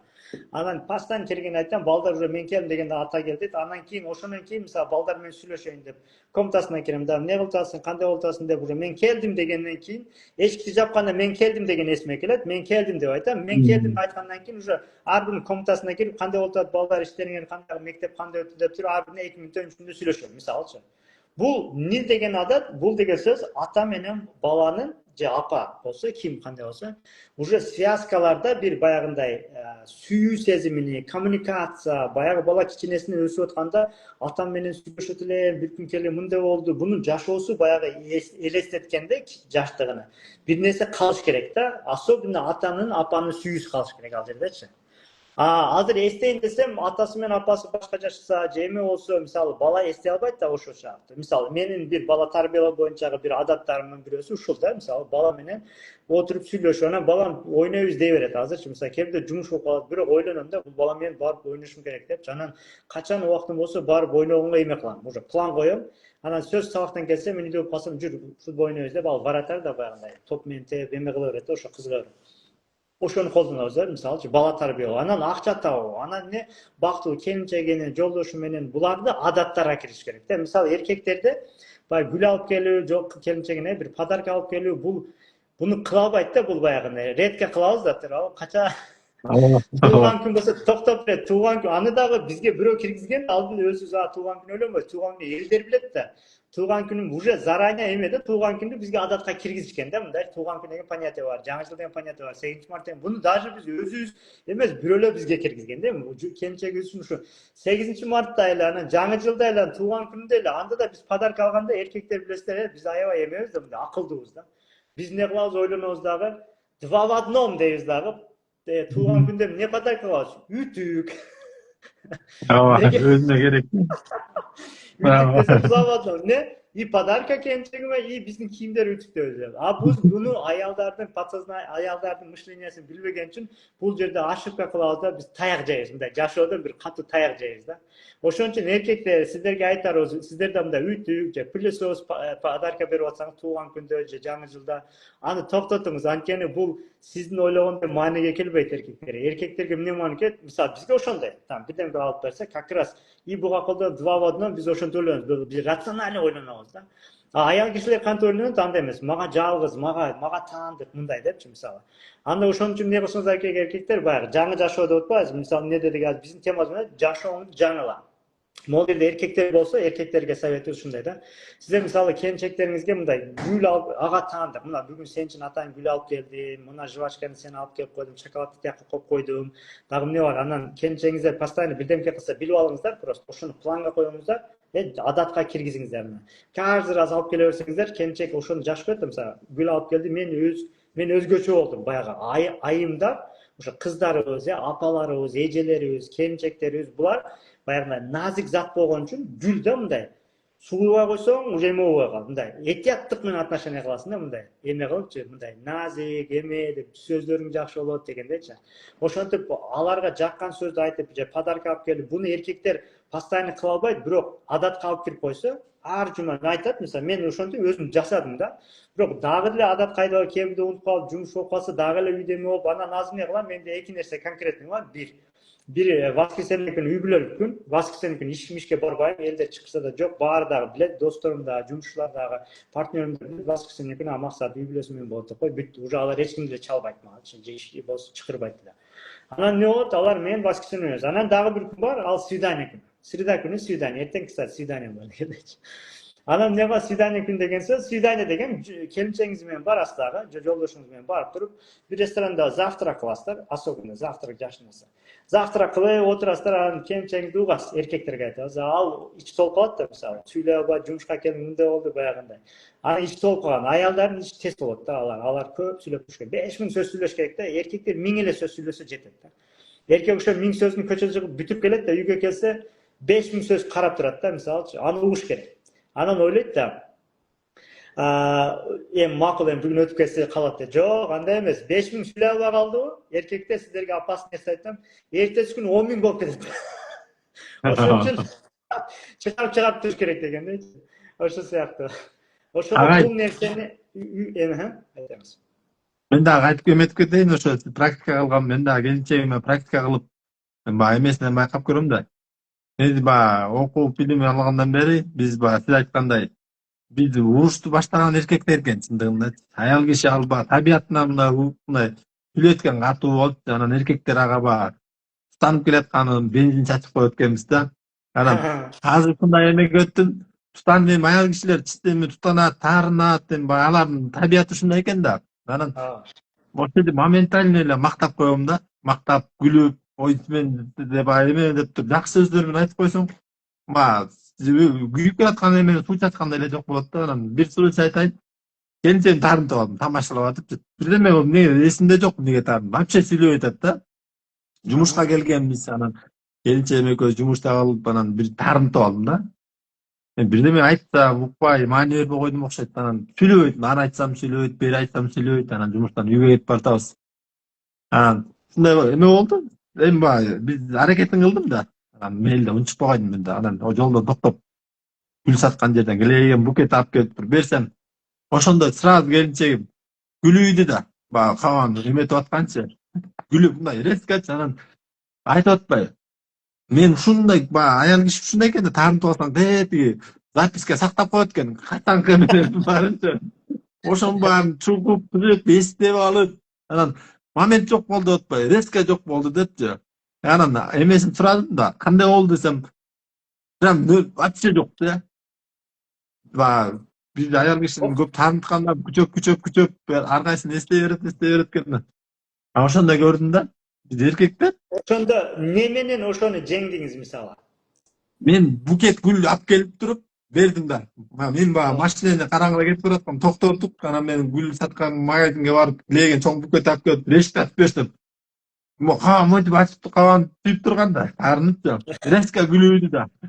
Сүйүнүп, көзү жашылданганга чейин барды да, баягы. Ушундай экен эмеспи, аялдардыкы эми бат эле да өзгөрүп турат да. Анан биз баягы эркек, Чубак ажынын айтканы бар го, үйдө адам урушса, анда значит аял киши урушуп атса, анда эки тең аял дегендейчи. Биз эркектен көп влиять этет экен да. Анан ошону да билип калдым агай. Жашоо, ажырашуулардын баягы эки үйдөн бирдей кетет да, эки үй бүлөдөн. Бирок эркектен көбүрөөк кетет экен да. Эркек ошол жактан баягы сабырдуу болуп, токтоп койсо, аял киши унутуп калат экен. Анан ага дальше кошулуп, аны менен баягы бизде бир баягы биздин менталитет ушундай болуп калган го агай. Эркектер үйдө башкарыш керек, эркектер ушинтип туруш керек деп. Чындыгында эркектерди аялдар башкарат экен, ошону байкап калдым. Анткени аялдардын каалоосу, аялдардын мондай эмелерин ачып алсаң, эркекке дух берет экен. Мисалы жакшы сүйлөп көңүлүн ачып алсаң, сага мотивация берет да. Сен кыйынсың десе, баягы биз балабыз да. Апабыз мактап койду, дулуңуңда жумуш кылчу деп го. Аял киши деле бизди мактаса, сон жумуштарды бүтүрөсүң да. Анан сен колуңан келбейт десе, биз аны ачыш өзүбүздөн экен да, ошонучу. Ал жерде аябай жакшы нерсе айттыңыз да, баягы эркекти мактап койсо дегенде, өзү мындай байкасаңыздар, же мындай мен көп байкадым да, макташ керек дегенде баягы кылбаган нерсесин айтып, анын деле кереги жок. Эркекке просто кылган нерсесин сүрөттөп берет да. Эртең менен чыгып иштеп келдиңиз. Итак эле чыгып иштеп келдиң да, башка эмне кылган? Болгон окуяны озвучка кылып коет да, эме сөз менен. Айымдарга сонун совет да, мисалы. Мисалы жолдошуңуз не кылат? Мынтип, мисалы жатты 2 саат, жана сонун кылып 5 ал уктап алдыңыз десе, мисалы жаттыңыз 2 саат уктап алдыңыз, мындай энергия алдыңыз деп эле ошо жатканын айтып коет, мисалычы. Уже туура мен эс алдым деп туруп, анан не болот, энергия келет да, ошо сыяктуу. Ошон үчүн айымдарга советибиз мындай, бир нерсени мактап атайын, кыйын, макта деген бир мактаган кереги жок эркектинчи. Эркекке просто кылган отурса отурдуң деп, турсаң турдуң гана, сонун болду, турдуңуз, отурдуңуз, бардыңыз, балдарды алып келдиңиз, да эмне бар? Машина айдадыңыз, сону машина айдап алсаңыз, машина мындай кылган нерсесин айтып койсо жетет да. Ал жерде эмне обязательно монтип мактап деген. Биз баягы мактап десе эле кылбаган нерсесин неге айтмаган элем, кылган жокко деп баягы кеп кетип, анын кереги жок. Жөн эле жолдошуңуздар не кылып атса, отурса отуруп атасыз, сонун деп, турса туруп атасыз депчи. Мисалы тамак жесе, сонун тамак жеп, мындай кылган нерсесин айтып койсоңуздар, ошол мотивация берет да, өтө күчтүү. Туурабы Максат мырза? Сизде кандай Ооба, болот? туура. Анекдот бар го ага, ушундай элечи. Айта кетейин, тиги күйөөсү жумуштан келатып зарплата алат да, зарплата алып, анан зарплатасынын акчасын экиге бөлөт. Бирөөнү сол чөнтөккө, бирөөнү оң чөнтөккө. Анан үйүнө келип, оң чөнтөктөгү акчасын аялына берет да, мен бүгүнкү зарплатам десе. Тиги аялы мындай аябай сүйүнөт да, о, менин күйөөм ушундай табышкер, көп акча табат. Мактап кирет да ошондо. Анан тиги эркек, ал эле эмес, бияктан бул дагы бар деп, эки көтөрүп оконтур. Аны негизи катып калган да, бияка балда достору менен бияка барам депчи. Анан мактаса экинчисин көтөрө чыгат деп. Ал эле эмес, биякта дагы бар депчи. Ансыларындай бизге жакшы сөз айтты, мисалы мактап эметип койсо эле, биз баягы берер кимдин акча берекеси көбөйөт экен да. Өзүмдөн эле жашоомдон көрөм. Акча көбөйөт экен да, рызкы да көбөйөт, тапканың да көбөйөт. Анан аялдар мындай да, мисалычы, биз мисалы мындай байкасаңыз, эркектер мисалы Максат мырза, мен сизге бир маселем менен чалсам же ошол жөнүндө айтсам, бул эмне деген сөз? Мага жардам бер, чечип бер деген маанеге келет, туурабы? Туура. Андай болсо биз айтпайбыз. Эркектер мисалы бирөөгө бир нерсе айтпайбыз да. Мисалы айта алсак жөн айтпайбыз. Бир жардам сурап айтабыз, туурабы? Кыйналсак, эме кылсак. Аялдарда андай нерсе жок да. Аялдар жөн эле сүйлөп коюштун айтат. Мындай бирдеме болду, андай болду, мындай болду депчи. Ал эркектерге окшоп, буну чечип бер, проблемам бар деп айтпайт. Ал жөн эле сүйлөп коет. Ошондо эркектер ойлойт да, тиги аялында эркектер баягы проблемасын айтсам эмне кылат? Анда мындай кыл, неге бардың ал жака? Барбай эле, кыйналгансаң анда кылбай, баягы чечип атабыз да, мисалычы. Ал жерде чечсең, эркектерге окшоп ал туура эмес болот. Эркектер не кылыш керек дегенде, ал айтса, ушундай болду, мындай болду, жөн эле угуп коет. Ал жерде аялдын айтканын чечпейт, туурабы? Ошон үчүн мисалы аялдар көп бирдемке айтканда жөн эле угуп коесуздар. Ушундай укканда да, ушундай болду, тиңде болду, мындай болду, каякта болду деп. Ал жерде чечип бер деп айткан жок. Эгер чечип бер десе, аял ошондо аягында айтат да, ошо сыяктуу. Анан ошон үчүн ошондой бир ошибкалар болот. Анан ошол убакта дагы биздин бир эме бар го, как раз жаңы жашоо деп үй бүлөдөн баштадык да, жаңы жашоону. Мындай нерсе бар да. Аял баягындай намек менен сүйлөйт да. Туура. Аял вообще түз сүйлөй албайт экен да. Мен кенчем аягында буну түшүнгөндө күлгөм да. Мисалы мындай болуп койгон да. Мен буну түшүнгөм да, мындай бул историяны түшүнгөм дагы, анан мындай жумуштамын, анан бир жака барышыбыз керек, эртеси күнү ресторанга барабыз, карасак эртеси күнү жамгыр жаайт экен да.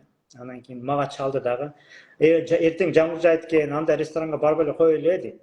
Караңыздар, ресторанга барбай эле коелу десем, во-первых, жакшы да барбай эле койсо акчаны өзүндө калат. Теги эле баргым келбей атат деп эмне кылам? Макул, анда барбай эле коелу деп, өзү да каалап атат, барбай эле коелу деп айтып атат да, туурабы? Макул, барбай эле коелу деп туруп эме телефон коюп койдум.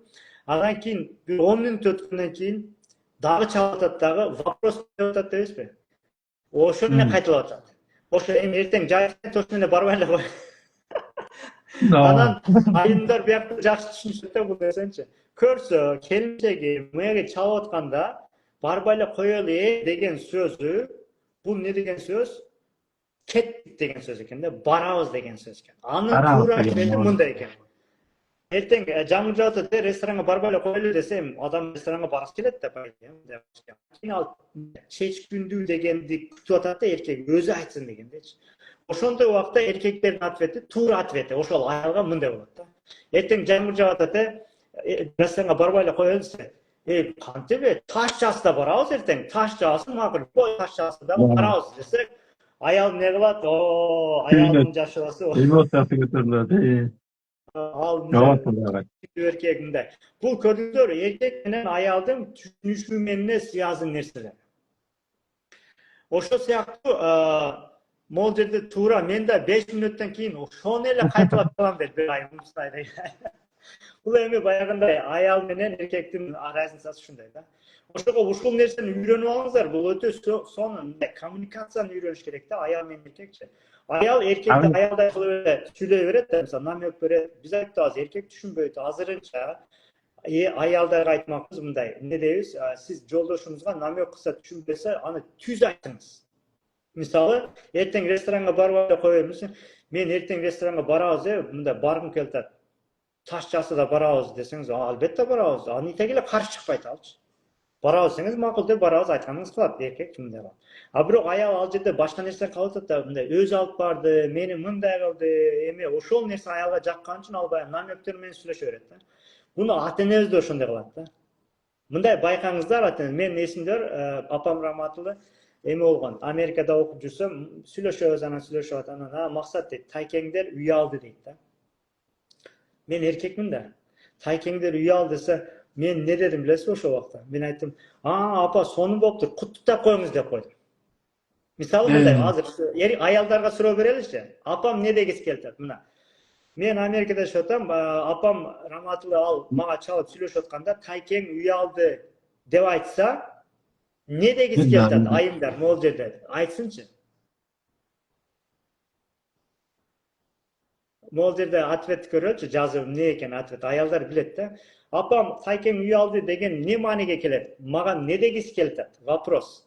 Айымдар, ким ответти билет экен дегендей. Эркектер меникинде эле айтат да, анан куттуктап коюң деп айтат да. Биз качан үйлүү болобуз? Мына кол чабуулар, Назгүл.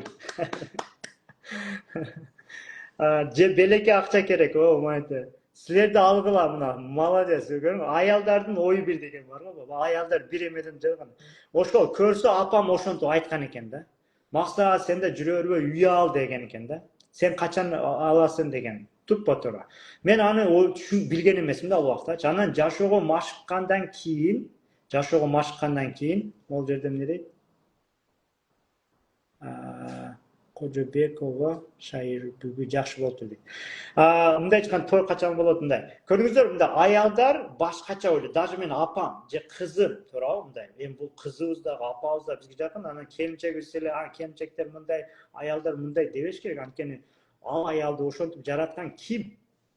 Бардык аял, бул эми баягы нациясыга да карабайт экен да. Кытайлар да ошондой экен, Америка барсам, американецтер аялдар да ошондой экен, Германия, немис аялдары бардыгы ошондой экен да. Ал деген сөз аялды Кудай ошентип жаратыптыр да. Анан эркектер айтат, мисалчы, ошондой болмок беле мындай деп. Аялды эркек сыяктуу болсун, силер аялдар мындайсыңар, мындай туура эмес, тигиндей деп атат. Эми караңыздар, ал аялды ким жаратты? Кудай жараттыбы? Кудай аялды ошол программа менен жараттыбы? Анда бир адам, аялдар силер мындайсыңар, силер мындай кылып атасыңар деген сөз, Кудай сен, хаша да, аялды мынтип туура эмес жаратып коюпсуң деп айтып атат. Кудайга кийлигишип атат, мындай айткандачы. Эми ошол эле сөздү аял айтып атат.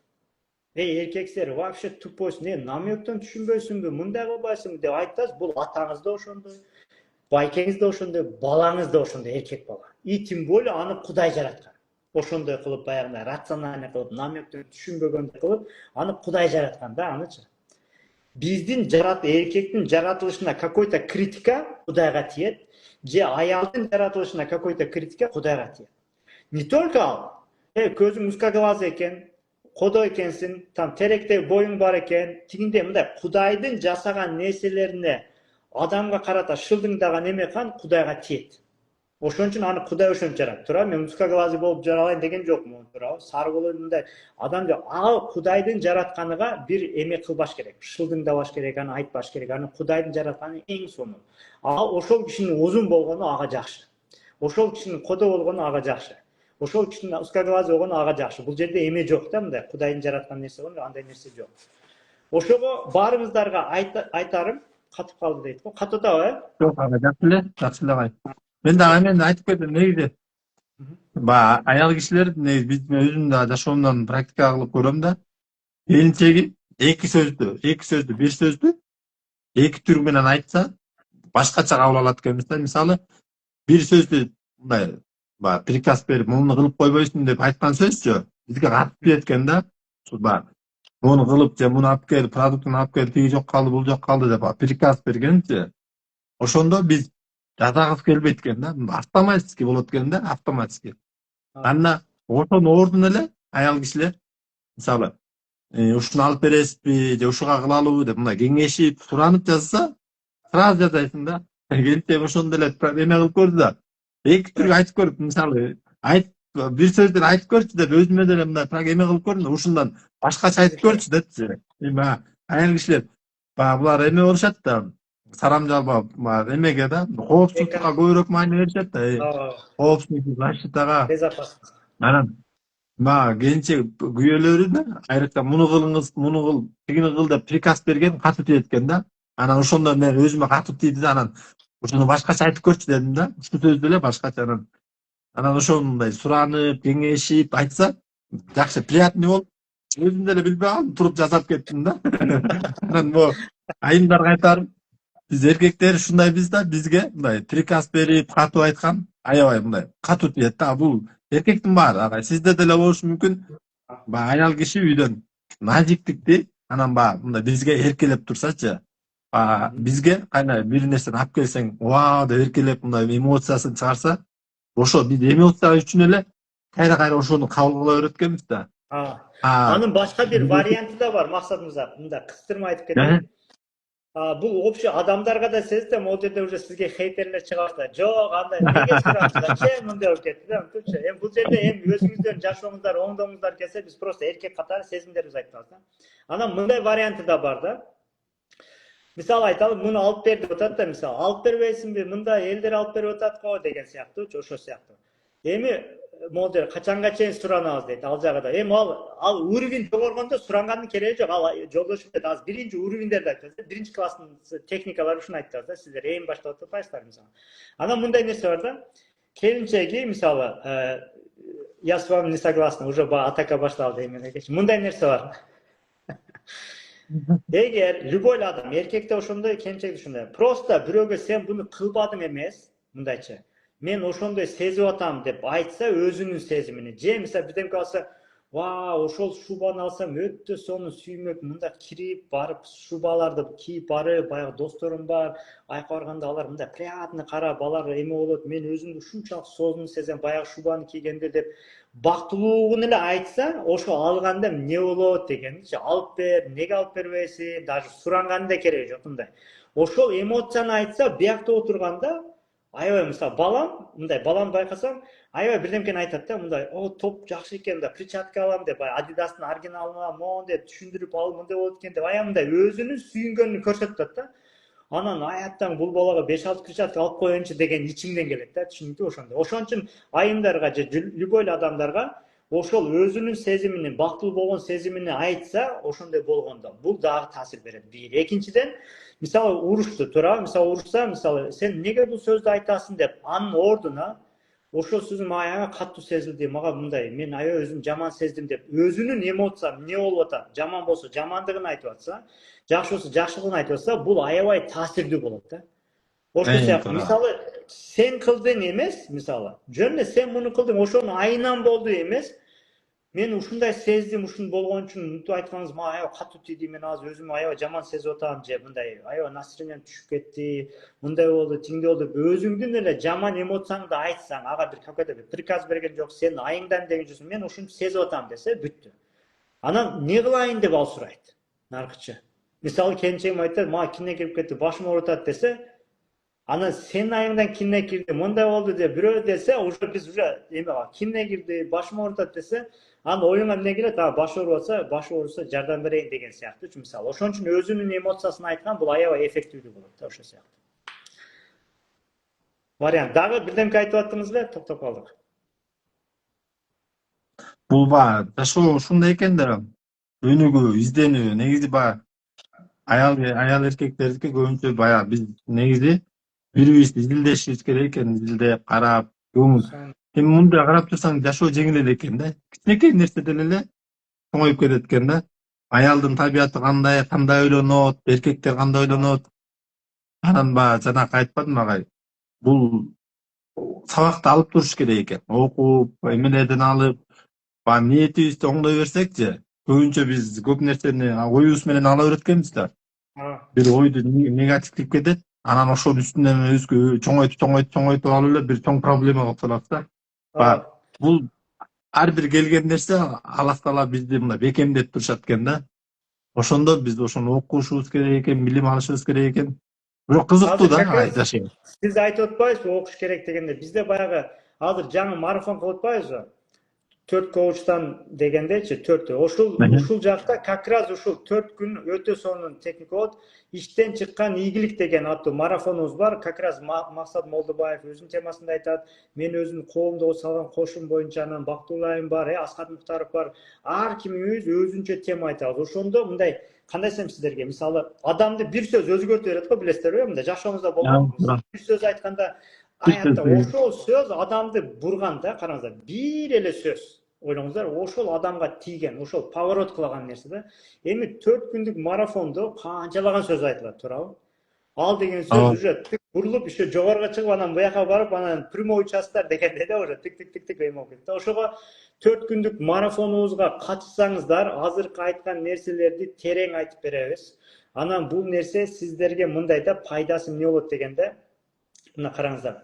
Сиздер бир марафонго бир причина, себеп болуш керек да. Жашоодо бир себеп болот. Мисалы, бүгүнкү эмебиз эле, түз эфирибизде эле Кудай бизди себепчи кылып сиздер угуп атасыздар. Биз сиздерге сүйлөгөнгө себеп болдук, а сиздер бизди укканга себеп болдуңуздар. Азыр сиздер угуп атасыздар деп сүйлөшүп атабыз. Аны адам укпаса, жөндөн жөнүнө Максат Молдобаев менен биз мынтип сүйлөшө бербейбиз да. Муну менен башка нерсе сүйлөшмөйбүз. А биз эмне деп атабыз? Биякта эл дагы бар. Максат Молдобаев бар, анан Максат Муктар бар. 3 киши турат. Эки Максат Молдобаев бири-бири менен мындай диалог кылып сүйлөшүп атат, а эл угуп атат. Значит, эмне болуп атат? Бир себеп болуп атат. Сиздер уккан себепчи болуп атасыздар да, биздин сөздү угуп атасыздар. Биз сүйлөп атабыз. Ошол сыяктуу марафон дагы бир себеп да. Анан марафон неге себеп? Баягы элдин акчасын алып атасыңар, мындай дегенде мындай түшүнүш керек жашоонучу. Бул жерде бир расписание коюп, биз себепти жаратабыз. Мисалычы, себеп. Мисалы, биз азыр 4 күндүк марафон кылып бир себепчи бололу. Неге себепчи? Бүгүн уктуңуздар, туура, апырлуу техникалар колдонобуз. Максат Молдобаев өзүнүн жашоосун айтып берди.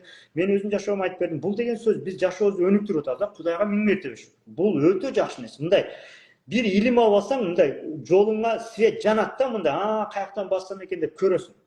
Ал илим жок болсо, караңгысындагы не бир жерге уруп аласың бутуңду, сууга балчыкка түшүп кетесиң, мындай болот, уже баягындай люктар ачык болсо ичиге түшүп кетесиң, болду уже. Жашооңдо ушундай нерсе. Ошон үчүн илим алганда жарыйт.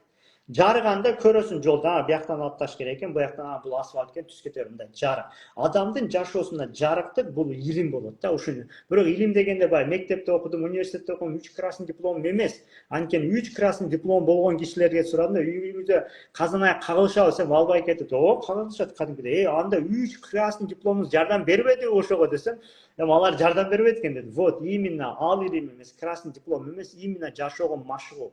Ошого сиздер номер калтырсаңыздар, ушундай сонун бир тренинг болот дагы. Ар бир коуч, бул мисалы Максат Молдобаев, Бактыгүл айым, Аскат Муктаров, мен төртөөбүз, мен мындай айтканда бул партнерлор менен чогуу иштегенмин. Азыр уже бул партнерлор, мисалы шакиртим болуп, алар кошуп, азыр эмне болду баягындай. Шакирт устатты өттү деген ситуация болуп атат, уже коучтукка чыгып, аябай сонун. Азыр Максат Молдобаев көрдүңүздөр мындай.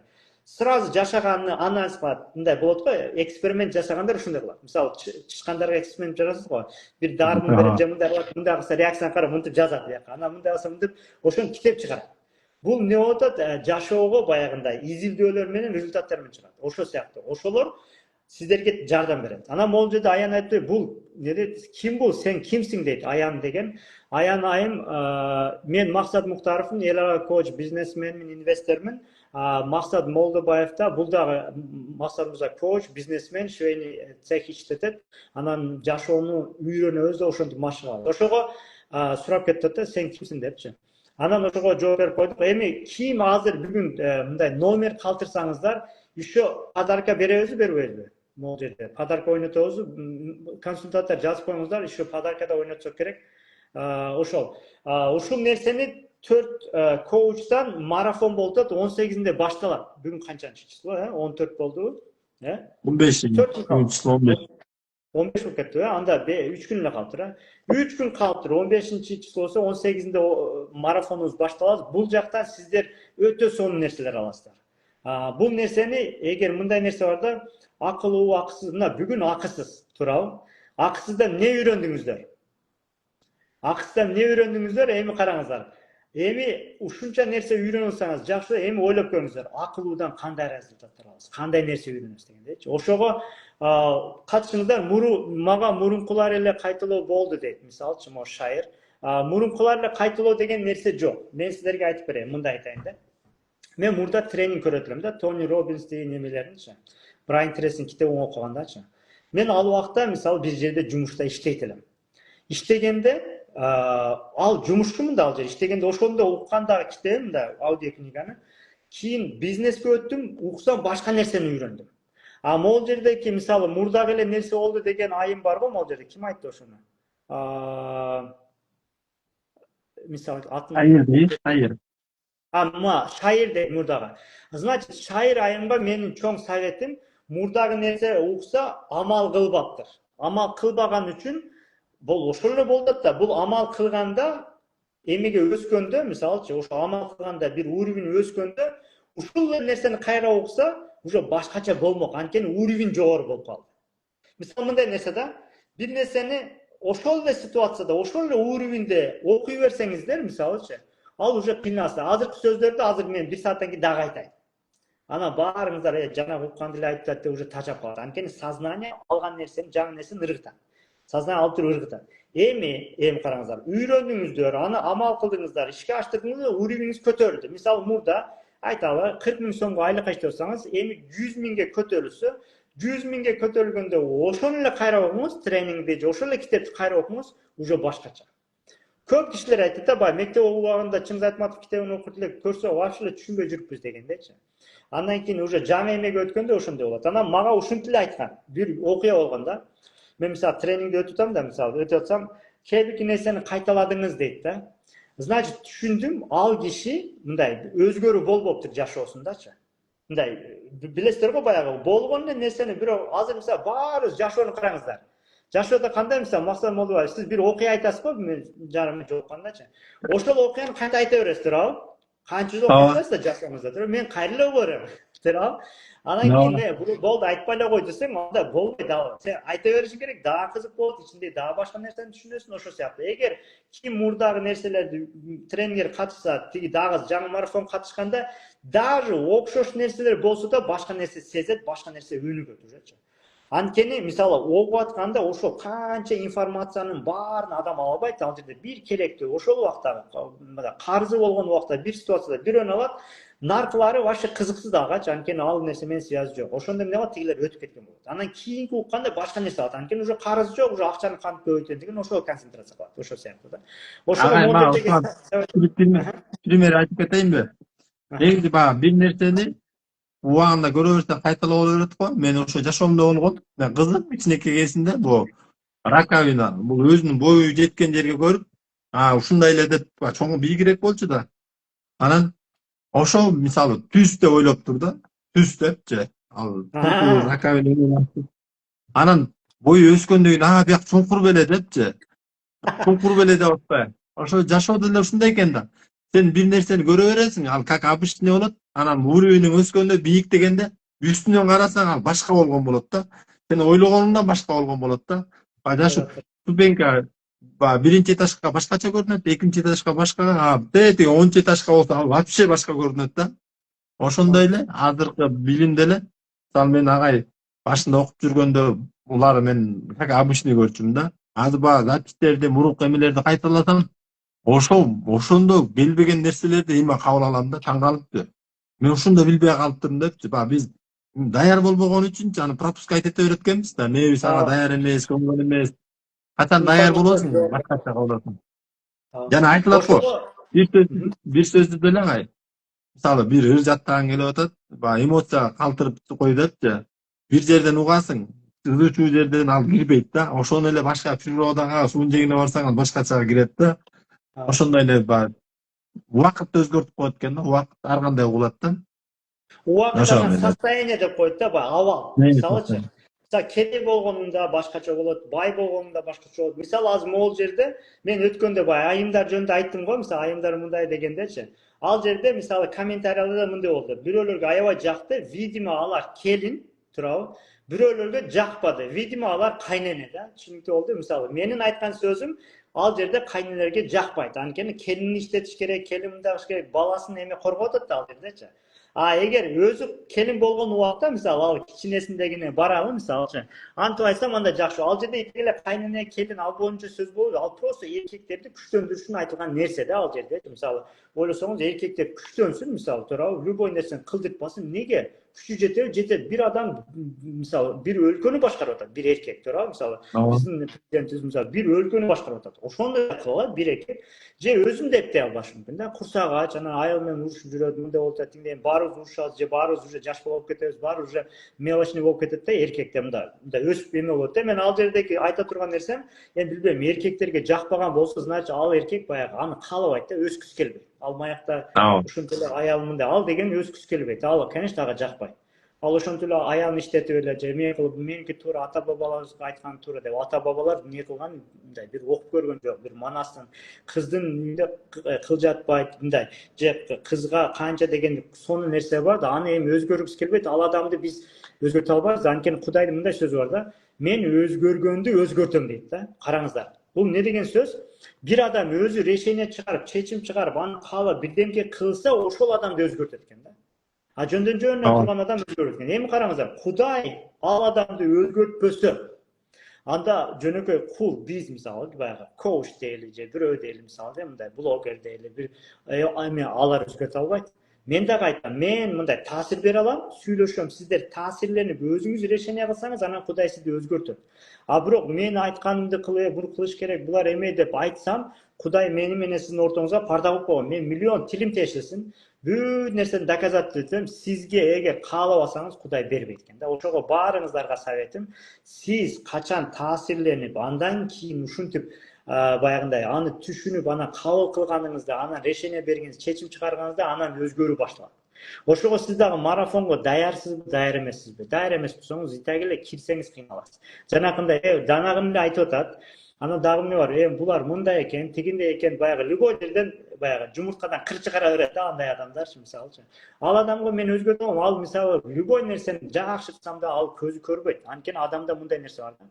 Адам баягы настрой болуп алса, мисалы эмени алдады десе, болду. Любой сөздөр, эмелер таап чыга берет. Мына жерде алдады, буну алдады депчи мисалы.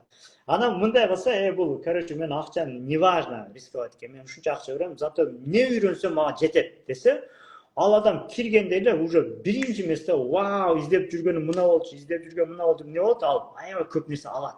Ошон үчүн бул окуянын болушу сиздин мындай көрөрмандын, угармандын же ушундай тренингге, марафонго катышам деген адамдын сиздин ичиңиздеги абалыңыздан зависит этет. Аны мындай эле түшүндүрөм сиздерге, баягы билесиздерби, баягы бир машина алайын деп ойлонобуз го мисалы. Не алабыз? Аны алам да Honda алайын дегенден кийин көчөгө чыкканда только Honda көрөбүзбү? Баягы мурда жүргөн алар, как будто баягы мурда жок болуп, анан сен решение бергенден кийин бүт Хондалар, давайте Honda Fit'тер чыккыла деп андай болгон жок да, мурда жүрүп эле жүргөн да. Ал жерде оюңа эмне келди? Honda Fit алайын деп уже мээңде решение бергенден кийин уже только Honda Fit'терди көрөсүң да. Ошол сыяктуу бир адам, сиздер үйүңүздөргө барыңыздар, настроениңиздер жаман болгондо күз күнү караңыздар, өзүңүздөрдү эмне кыласыздар, жакшы көрбөйсүздөр. Бу жеримде бирдемке бар, кашым мындай, тигинде мындай депчи. Ошол сыяктуу эгер настроениңиздер жакшы болсо, күз күнү карасаңыздар, красавчик же красавица көрөсүздөр. Неге? Анткени настроение жакшы болгондо жаман нерсе көрө албайсыздар. Невозможно. Хотя бетиңиздер өзгөрбөйт да. Эмнеге бир күн сулуу, бир күн жаман болот? Бетим ошол эле. Анткени настроениеден, анткени решениеден. Ошого баарыңыздарга баягындай предубеждение деп коет го, предубеждение деген баягы алдын ала, бул мындай да тигинде деп кирбеңиздер, сиз пайда алышыңыздар керек. Бул нерседен мен сүйлөп атсам, мен жакшы нерсе билген эмес, Кудай сүйлөтүп атат мисалычы. Мындай Кудай бул ситуацияны себеп кылып атат, сиз да бияка кирип калсаңыздар, балким сиз бир нерсе каалап атасыздар. Максат Муктаров менен Максат Молдорбаевди себепчи кылып, сиздин каалаган нерсеңизди через бир аркылуу айттырып атат. Сиз ушул жактан көрүп калдыңыз. Biz sebepçiyiz de men birdemke kılabayım da daima жашооңузга bir nерсе келсе түшүнүңүз мына значит Кудай мага бирдемке жөнөтүп атабы же мындай болуп атабы мен ачык болоюн мага эмне келип атат деген сиздерге келген белектерди жаап коюп эле болбойт тигиндей болбойт анын кандай болушун кандай келишин Кудай дагы жакшыраак билет да ошого сиздер баягындай эмне деп коет ат көздөп коет мындай эчтеке жок мындай жашоого эмес жок бир нерсе карайт да мындай жашоо ушул депчи бүттү ушун депчи андай эмес ачыңыздар мындай горизонтту ачыңыздар башка адамдарды угуңуздар билген нерсеге бул болбойт да мындай кылып болбосо да бир карап көрүңүз сиз азыр көрө элексиз Кудай сизди ошондой нерсеге алып барып атат бир караңыз мындай эмне даже бир жерге кирип калдыңыз нитө болду тамак нитө алып келип койду тигиндей болду мындай болду жашооңуз мындай болду барайын десем тиги эшигин жаап алыптыр болбойт экен дегендей жолдо келсем машинам бузулуп калды алардын баары сиздин каалаган жагыңызга алып баратат ошондо мындай сөз бар го максатыбызда биз дайыма практикалабыз го менин максатыма тагдырдын жолу менен гана барылат дегендей өзүм мындай болуш керек анан мындай болуш керек силер мынтип айтпагыла жана муну айтышыңар деп эми мисалы кимге кантип айтат аны Кудай организация этет да биз мындай токтотуп азыр даже биз түз эфирге чыкканда ар бир сөздөр кээ бирде айтайын деген планда жок болчу кээ бир сөздөр туурабы ошол сыяктуу эмне болду тик деп туруп эмне болду ошондой кылып ошол нерсе келип калат могул жерде бирөө сурап атат Кудайга тапшырганды кайталап коюңузчу дейт Кудайга тапшырган деген техника мындай мисалы биз план кылып атабыз го план кылып чыгып атабыз да бүт нерсени өзүбүз кыла албайбыз мисалы күндү биз чыгара албайбыз туурабы же жамгырды биз түшүрө албайбыз же жолдо кетип атсак жол жабылып калды бузулуп калды жамгыр жаады мындай болду мындай биздин колубузда болбогон нерселер деген сөз аны биякта отуруп кыла албайбыз го аны ойлонуп оюбузда эмнеге мындай болду эмнеге мындай болбоду деп ошону кылбайбыз ошол Кудайга таштаган мисалы бүгүн жигиттер келди офискечи алар эмне болду келди дагы бирөөсү паспортун унутуп калыптыр да выставкага кире албай калыптыр анан ичинен ызаланат эмнеге унутуп калдым атайын келсем бирөөсү алып келип алып кирет экен бери кире албай калып анан экөө тең кире албай калган үчүн анан бириси фотограф экен видеограф бирөөсү главный актер ошо главный актердогу адам баягы өзүнүн личный брендин чыгарып аткан бала паспортун унутуп калыптыр да унутуп калыптыр да анан биздин офиске келди анан аябай ызаланып эме кылды анан эмне болду кийин болду биз съемка кылдык аябай каалаган нерселер болду анан чоң бир офисиме алып бардым нарыктачы баягы силиконовая долина да ал жерде чоң офис ал жерде канча мен тренинг айтор алардын аябай каалаган съемка кылам деген нерселери небоскребтордун жанында съемка кыла турган аябай жакшы итеги эле съемка үчүн жүрөт да булар выставкага деле келген жок жөн эле көрөлү деп койгон да именно паспортун унутуп калды ага жаман болду дейт ошо уже жана түз эфирге келерден мурда аларды ошол жака таштап жагы анан ал жерде кофе ичтик тамак жедик мындай кылдык мисалычы анан алар айтып атат да баягы вау азыр издегенибизди таап келиппиз эртең выставка көрсөм мындан да эме болду деп мындайча айтканда паспортун унутуп калганы анын каалаган нерсесине алып барды а биринчи эмне болду ызаланды качан сүйүнүп калды уже күндүн аягында көп өзүнүн каалаганынан да жакшы болгон нерсени укканда ошондо аябай көрдү да кылды съемка кылды аябай сүйүндү мен да сториске коюп койдум карасаңар ошо сториске койгон балдар да жигиттер бар ошолор эми бул жерде эмне деп айтабыз жана Кудайга таштаган деген суроо берди кайталап коюңуз деп кайталоо ушундай өзүмдүн колумдан келбеген нерсени Кудай өзгөртөт да күндү баягында унутуп калдым сынып калды андай мындай тагдырдын маселесинде бул нерсе менин максатыма алып барат экен деп кабыл кылып кете бересиз ошол Кудайга таштаган ошо максат мырза мындай кылалы могул жерде азыр баарына 5 мүнөт берели баарыңыздарга мындай Максат Молдобаев менен Максат Муктаровдон аябай искренний совет биз марафон уюштуруп атабыз баарыңыздарды ошол жака чакырып атабыз келиңиздер чогуу өнүгөлү биз үйлөнгөн биз заниматься этебиз биз мындай эми кандай десем биз биякта марафон кылсак да кылбасак да өзүнүн жашообуз заниматься этип кете беребиз да бул жерде бирөөдөн сиздер марафон келбей калсаңыздар жашообуз токтоп калат андай нерсе жок биз өзүбүз кете беребиз сиздер азыр как раз жакында эме чыгарам мисалы кытайларга тренинг өтөм мисалы эми мисалы тренинг мисалы кыргыздар укпаса кытайларга берип кете берем эмне кылабыз эми мисалы ушундай да мына кимди кабыл алып койсо ушундай ошого биздин жашоо уланып кете берет эгер кааласаңыздар бизге бир кошулуп көрүңүздөр мисалы эч ким бизди тааныбагандар туурабы биз сиз бир рисковать этип биздин марафонго кошулуп көрүңүздөр эмне үйрөнөт экенсиздер ал жерде сиздин рискиңиз ушунча какой то бир төлөм бирок эгер вдруг баягы бир сөз өзгөртөт деп атпайбызбы ошол жерде бир сөз өзгөртүп кетсе үйдө казан аяк кагылышпай калса балаңызды урбай калсаңыз бир ишиңизди эме кылып жумушуңузда уже эмеге көтөрүлүп кетсеңиз же бизнесиңиз өнүгүп кетсе Бул жер эмне болот? Бул жерде уже сиз ошо катышканыңыз ушунчалык чоң инвестиция болот. Бир бергениңизге 1000 алып атасыз. Ошого барыңыздар, телефонуңуздарды бияка жазыңыздар. Азыр могул жерде биздин консультант менеджерлер турат. Моментально сиздерге азыр жазат. Анткени 3 күн эле калыптыр марафон башталарына. Марафонубуздун аты иштен башталган ийгилик. Туура, иштен чыккан ийгилик беле, иштен башталган ийгилик беле азыр могул жерде. Эме экен, ичтен башталган ийгилик. Ийгилик ичтен башталат, сырттан башталбайт. Мында кийимиң болсун, мында болсун, тигинде болсун, жок, ал ичтен башталат. Могул жерде Назгүл Адылбек кызы азаматсыз номерин калтырды. Андай эме коелу. Номер калтырсаңыздар өтө жашооңуздарга сиздердин баягындай себепчи катары биздин консультанттар келет дагы. Эмне кылат? Сиздин ассистентиңиз болот, консультантыңыз болот. Жашоого машыгууда бирөөгө эмне кылып атасыз? Бесплатно сизге ассистент болуп берип атат. Ошо сыяктуу. Онлайн болобу? Ооба, онлайн болот. Мындай ойлосоңуздар, сиздер мен мисалы ассистенттерге акча төлөйм да. Аны кыласың, муну кыласың депчи. Азыр сиздерге бесплатный ассистент, жөн эле номериңиз калтырып койдуңуз, ассистент. Сизге чалат ал.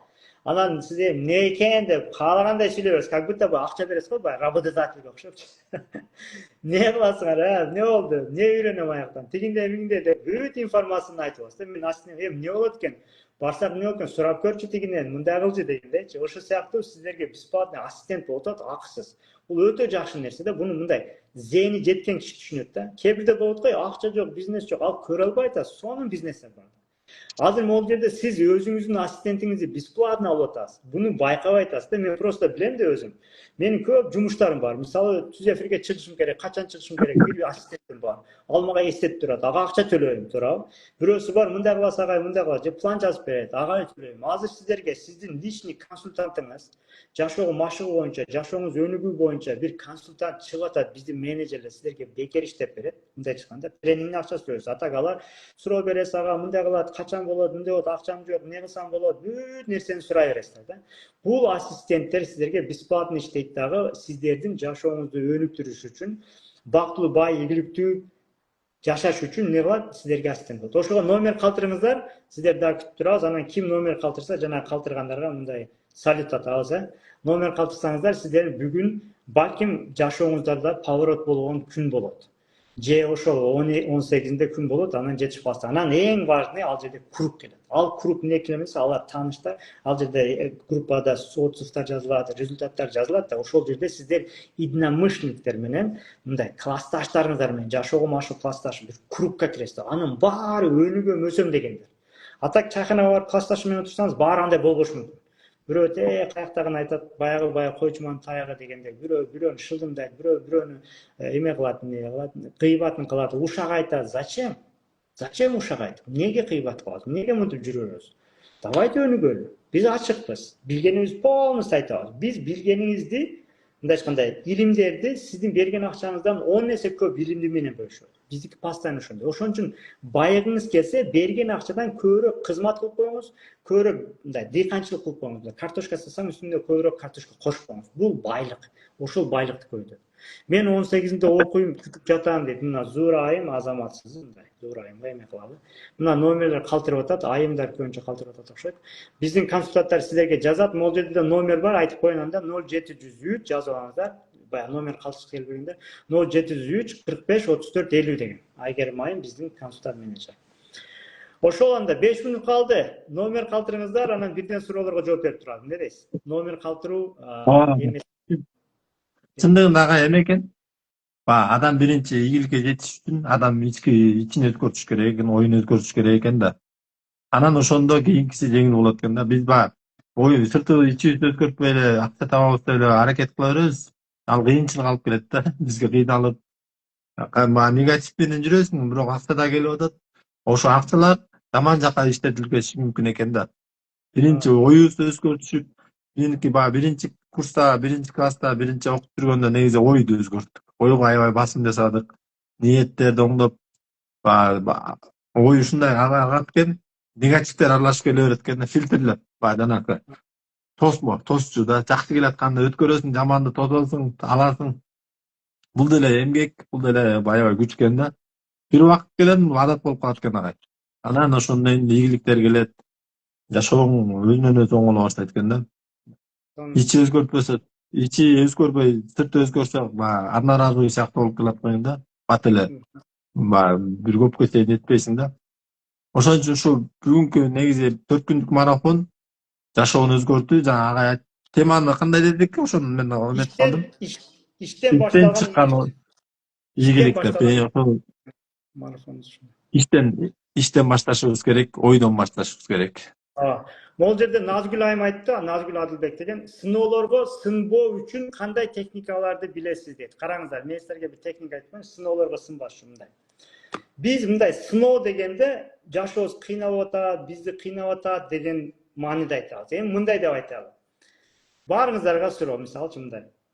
10 жылда 100 жыл жашагандай сыноо болду, дале кудуктан чыга албагандай кыйналып жатабыз үй бүлөбүз менен дейт. Мына Назгүл айымга айтайын, мынтип айтайын. Биринчи бир историяны түшүндүрүп берейин, анан айтам. Калгандары номер калтырып туруңуздар. Укканга чейин дегенде. Мындай нерсе бар. Бир бала, 1 жашар бала чоңоюп атат да, анан биз эмне кылабыз? Бастан эмне болот? Жыгылып калат сыяктуучу. Башы тийип калат деп баланы эмне кылабыз? Басайын деп жыгылып, балам билесиз го, 1 жашта басып атканда жыгылып түшөт мынтипчи. Анан эмне кылалы дейли? Бул кыйнап атат. Буну эмне кылабыз? Басса жыгылып калат, лучше жаткырып коелу дейли. Бир баланы анткени басанса жыгылып калат, басса жыгылып калат деп туруп жаткырып кое беребиз. Анан бул бала чоңоюп кетти. Не болду? 5 жашка чыкты. 5 жашка чейин биз бастырып бардык. Неге? Коргодук. Неден коргодук? Басса жыгылып түшсө кол бут сынып калат, андай болот, мындай болот, туурабы? Эми караңыздар, эми эмне кылдык? Кудай аны бастырып атат да, ал туруп басам деп атат. Эми биз Кудайдын ишине кирип, баспаш керек. Ал 5 жашка чейин баспай, анан 10 жашка чыкканда как раз басканда жыгылбайт деп туруп, 5 жашка чейин бастырбай койдук. Не болду ал балага? Ал бала шал болуп калат, туурабы? Уже булчуңдашты, уже бала уже баса албай калат, өмүр бою мындайчкандай уже эме болуп калат да. Эмне кылдык? Аны коргойбуз деп, баягы сынып калбасын, баш эме болуп калбасын, же сыноо болбосун дегенде. Эми караңыздар, могул жерде айтып атат. Жанакы айым айтты. Караңыздар, мындай нерсе бар да. Мындай техниканы жазып алыңыздар, өтө сонун техника. Кыйынчылык жашоодо келет, ал келбей койбойт. Анткени биз өсүшүбүз керек да. Бирок кыйналып жашаган адамдын өзүнүн колунда. Ал өзү кыйналып жашап атат. Жашоо кыйын эмес. Ал сиз өзүңүз кыйналып жашап атасыз. Эми кантип өзгөртсө болот? Биринчиден сыноо деген сөз, мындай сыноо деген сөз.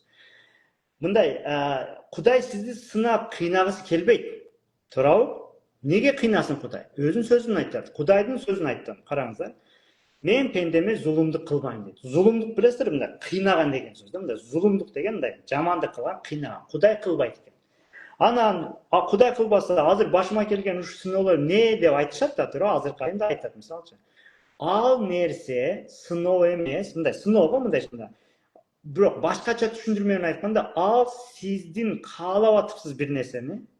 Ошол каалаган нерсеңизге, даражаңызга чыгарыш үчүн бул сизге тренировка. Мисал айталы, мировой чемпионго жеп чыгам деген адам районуга машыгат, таяк жейт, дагы барат, машыгат, не болду? Чыңалып атат. Ал айткан жок да, мен күнүгө эле таяк жеп атам. 5 жыл таяк жедим, ойлосоңуздар, мировой чемпионго чыгам деп 10 жыл таяк жедим да, баягы барса таяк жейтин да. Ал мен таяк жедим деп айтпайт да, мировой чемпионго чыгып. Ал эмне кылат? Деп күчтөнүп атам, мындай кылат. Эми караңыздар, могул жердеги айым ушу үй бүлөсү менен аяк кыйналып деп атат. Караңыздар, сиздер анда үй бүлөңүздөр менен бир чоң нерсе каалапсыз. Окей? Чоң нерсе каалап. Буну сиз кааладыңыз. Кудай сизге каалабаган нерсеңиз бербейт. Сиз какой-то бир нерсе каалапсыз, ошол каалаганыңызга ушул тренировка келиптир. Бул жаман нерсе эмес, сизди жок кылыш үчүн келген жок. Бул сизди күчтөндүрүш үчүн келди. Сиздин каалаган нерсеңизге жетиш үчүн келди. Эгер мировой чемпионго ошол баягы күчтүү тренер аны жакшы эме кылып, машыктырып, чуркатып, кыйнап аны, мисалы, биздин түшүнүк боюнча кыйнатып, кыйнаган жок, ал стерженди күчтөндүрүп атат да, туурабы? Мисалы 30 кг көрсө, кийин 40 кг кошуп коет. 60 мени кыйнап эле жүрөт дебейбиз да, күчтөнүп атат бул.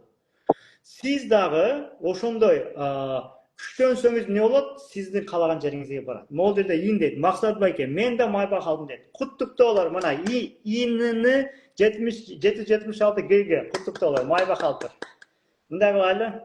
Эми майбактарды айдашабыз дегенде. Канчага алдыңыз? Канчанчы жылкы? Жазып коюңуз деп. Ошол сыяктуу майбак алыптыр, азаматсыз. Кубандым. Эми биздин клубка катыша берсеңиз болот, майбактардын клубуна, майбактардын клубу бар дегендечи. Ошол. Жанакы суроого ушундай. Сиздерди бул жаман нерсе эмес, кыйноо болгон жок. Просто оюңузда бул баягы мага сыноо болуп атат. Кудай мага сабыр берсин, сыноодон сынбайын эмес, антип албаңыз. Сиз кантип аласыз? Вау, тренировка болуп атат деп. Биринчиден баягындай негативдер болсо СХ менен чыгарыңыз, СХ катышыңыз мисалчы. Анан уже СХ катышкандан кийин баягы нерв боло турган нерселер болбойт. Анан сиз бир нерсени только эмеге көрө бербеңиз. Мисалчы, эмне эле, бул сынап атат, кыйнап атат, буну жаша. Жок, сынаган жок, жөн эле нерсе. Бирөө жаман сөз айтып койду, атайын мен үчүн айтты, мындай эмес. Жөн адам ичинде жаман адам айтып койду, жаман адамдар болот. Жөн жаман айтты, сөгүнүп койду, бүттү. Могул жерде хейтер бирөө бирдемке деп жазып койду, болду. Ал жерде аны сен өзүң алып, анан кыйналып мындай, ал адамдын өзүнүн колунда. Ошон үчүн дагы бирөө кайтып коеюн, техниканы айтам. Кыйын жашоо келет, ал кыйын жашоо эмес, бул ошо тренировка келет деп коелу. Тренировка жашооңузда келет, анткени сиздер күчтөнөйүн деп атасыздар, байыйын деп атасыздар, ийгиликтүү болоюн деп атасыздар, бактылуу болоюн деп атасыздар. Бул жөндөн жөн болбойт. Баягы жаш бала баспаса, жыгылып дагы түрү баспаса, ал басканды үйрөнө албайт. Баспай койсо жата берсе шал болуп калат. Сиздер кантип азыркы нерселерди бул кыйнап атат, жаман бул, андай карабаңыздар, баарыңыздарга айтам. Бул сиздерге тренировка. Ким тренировка кылса билет буну. Барганда тренировкада аябай кайфап атат. Неге? Тренировкага результат алып атам деп, жүрөгүм жакшы соғып атат, булчуңдар чыгып атат, же районныйдан өттүм, уже республиканыкке кетип атам. Бул аябай жакшы нерсе да. Баягы кыйынчылыктар келгенде не болот? Баягыны өтүп не болот? Бул адам, супер болуп атат. Мен дагы күчтөнүп атам. Уже келинчегим ошондой айтса, уже мага вообще тийбей калды. Мен ага наоборот күлүп койдум, гүл алып берип койдум. Көрдүңүзбү? Бул мен жашоом өзгөрдү, башка нерсе кылып атам, өнүгүп атам, өсүп атам. Ушул нерсеге келет. Ошондой кылсаңыз, жашооңуз тек өзгөрөт. Кыйын деген нерсеңиз кыйын болбой калат. Ал башыңызда эле. Любой кыйынчылык деген адамдын башында. Коркуу адамдын башында. Реалистте андай нерсе жок. Дальше кеттик. Ушуну менен аяктадыкпы? Көйлө туруп коюппуз. Окей. Телефон калтырып, мындай телефонуңуздар жазсаңыздар дагы арманда, жазбагандар да арманда деген. Германияга конок келиңиз, келебиз буюрса. Германияга барабыз буюрса. Менин клиентим ошол жакта виза алып туруп барсак буюрса, ал жерде көптө иштегендер болот. Буюрса Германияда дагы жолугушабыз. Дубайга барабыз, эмеге барабыз, Кореяга барабыз, Америкага буюрса, качан мүмкүнчүлүк болсо ушуну бара беребиз буюрса. Барыңыздарга чоң рахмат. Сиздер менен болгон мен Максат Муктаров, эл аралык коуч, бизнесмен, инвестор. Анан менин партнерим Максат Молдобаев, коуч, бизнесмен, бизнестен элден баштаган жеке ишкер. Барыңыздарга чоң рахмат. Ушунчалык угуп отурганыңыздар үчүн барыңыздарга терең ыраазычылык, аябай сонунсуздар, азаматсыздар, барыңыздардан Алла ыраазы болсун. Бүгүн бир пайдалуу бир контент болду, пайдалуу түшүнүк болду, пайдалуу бир инсайттар болду деп ишенем. Максат мырза, сизге да рахмат. Убактыңыз бөлүп ушинтип биз түз эфирде эме кылып, жумушта иштесеңиз да, чарчасаңыз да чыктыңыз. Бүгүн аябай көп иштеген экен, байкадык. Бирок ошого карап өзүңүз кармадыңыз. Бул аябай кандай берилгендик, бул аябай бир мындай тырышчаактык, бул аябай ишкердик деген маани ушундай да. Ошого сизге да чоң рахмат. Мен бир аз уктап алганмын дегендей ошо сыяктуу. Чоң рахмат анда. Баарыңыздарга жакшы күнүңүздөр бейпил болсун. Анда эмесе баарыңыздарга жакшы туруңуздар. Эмкиде көрүшкөнчө.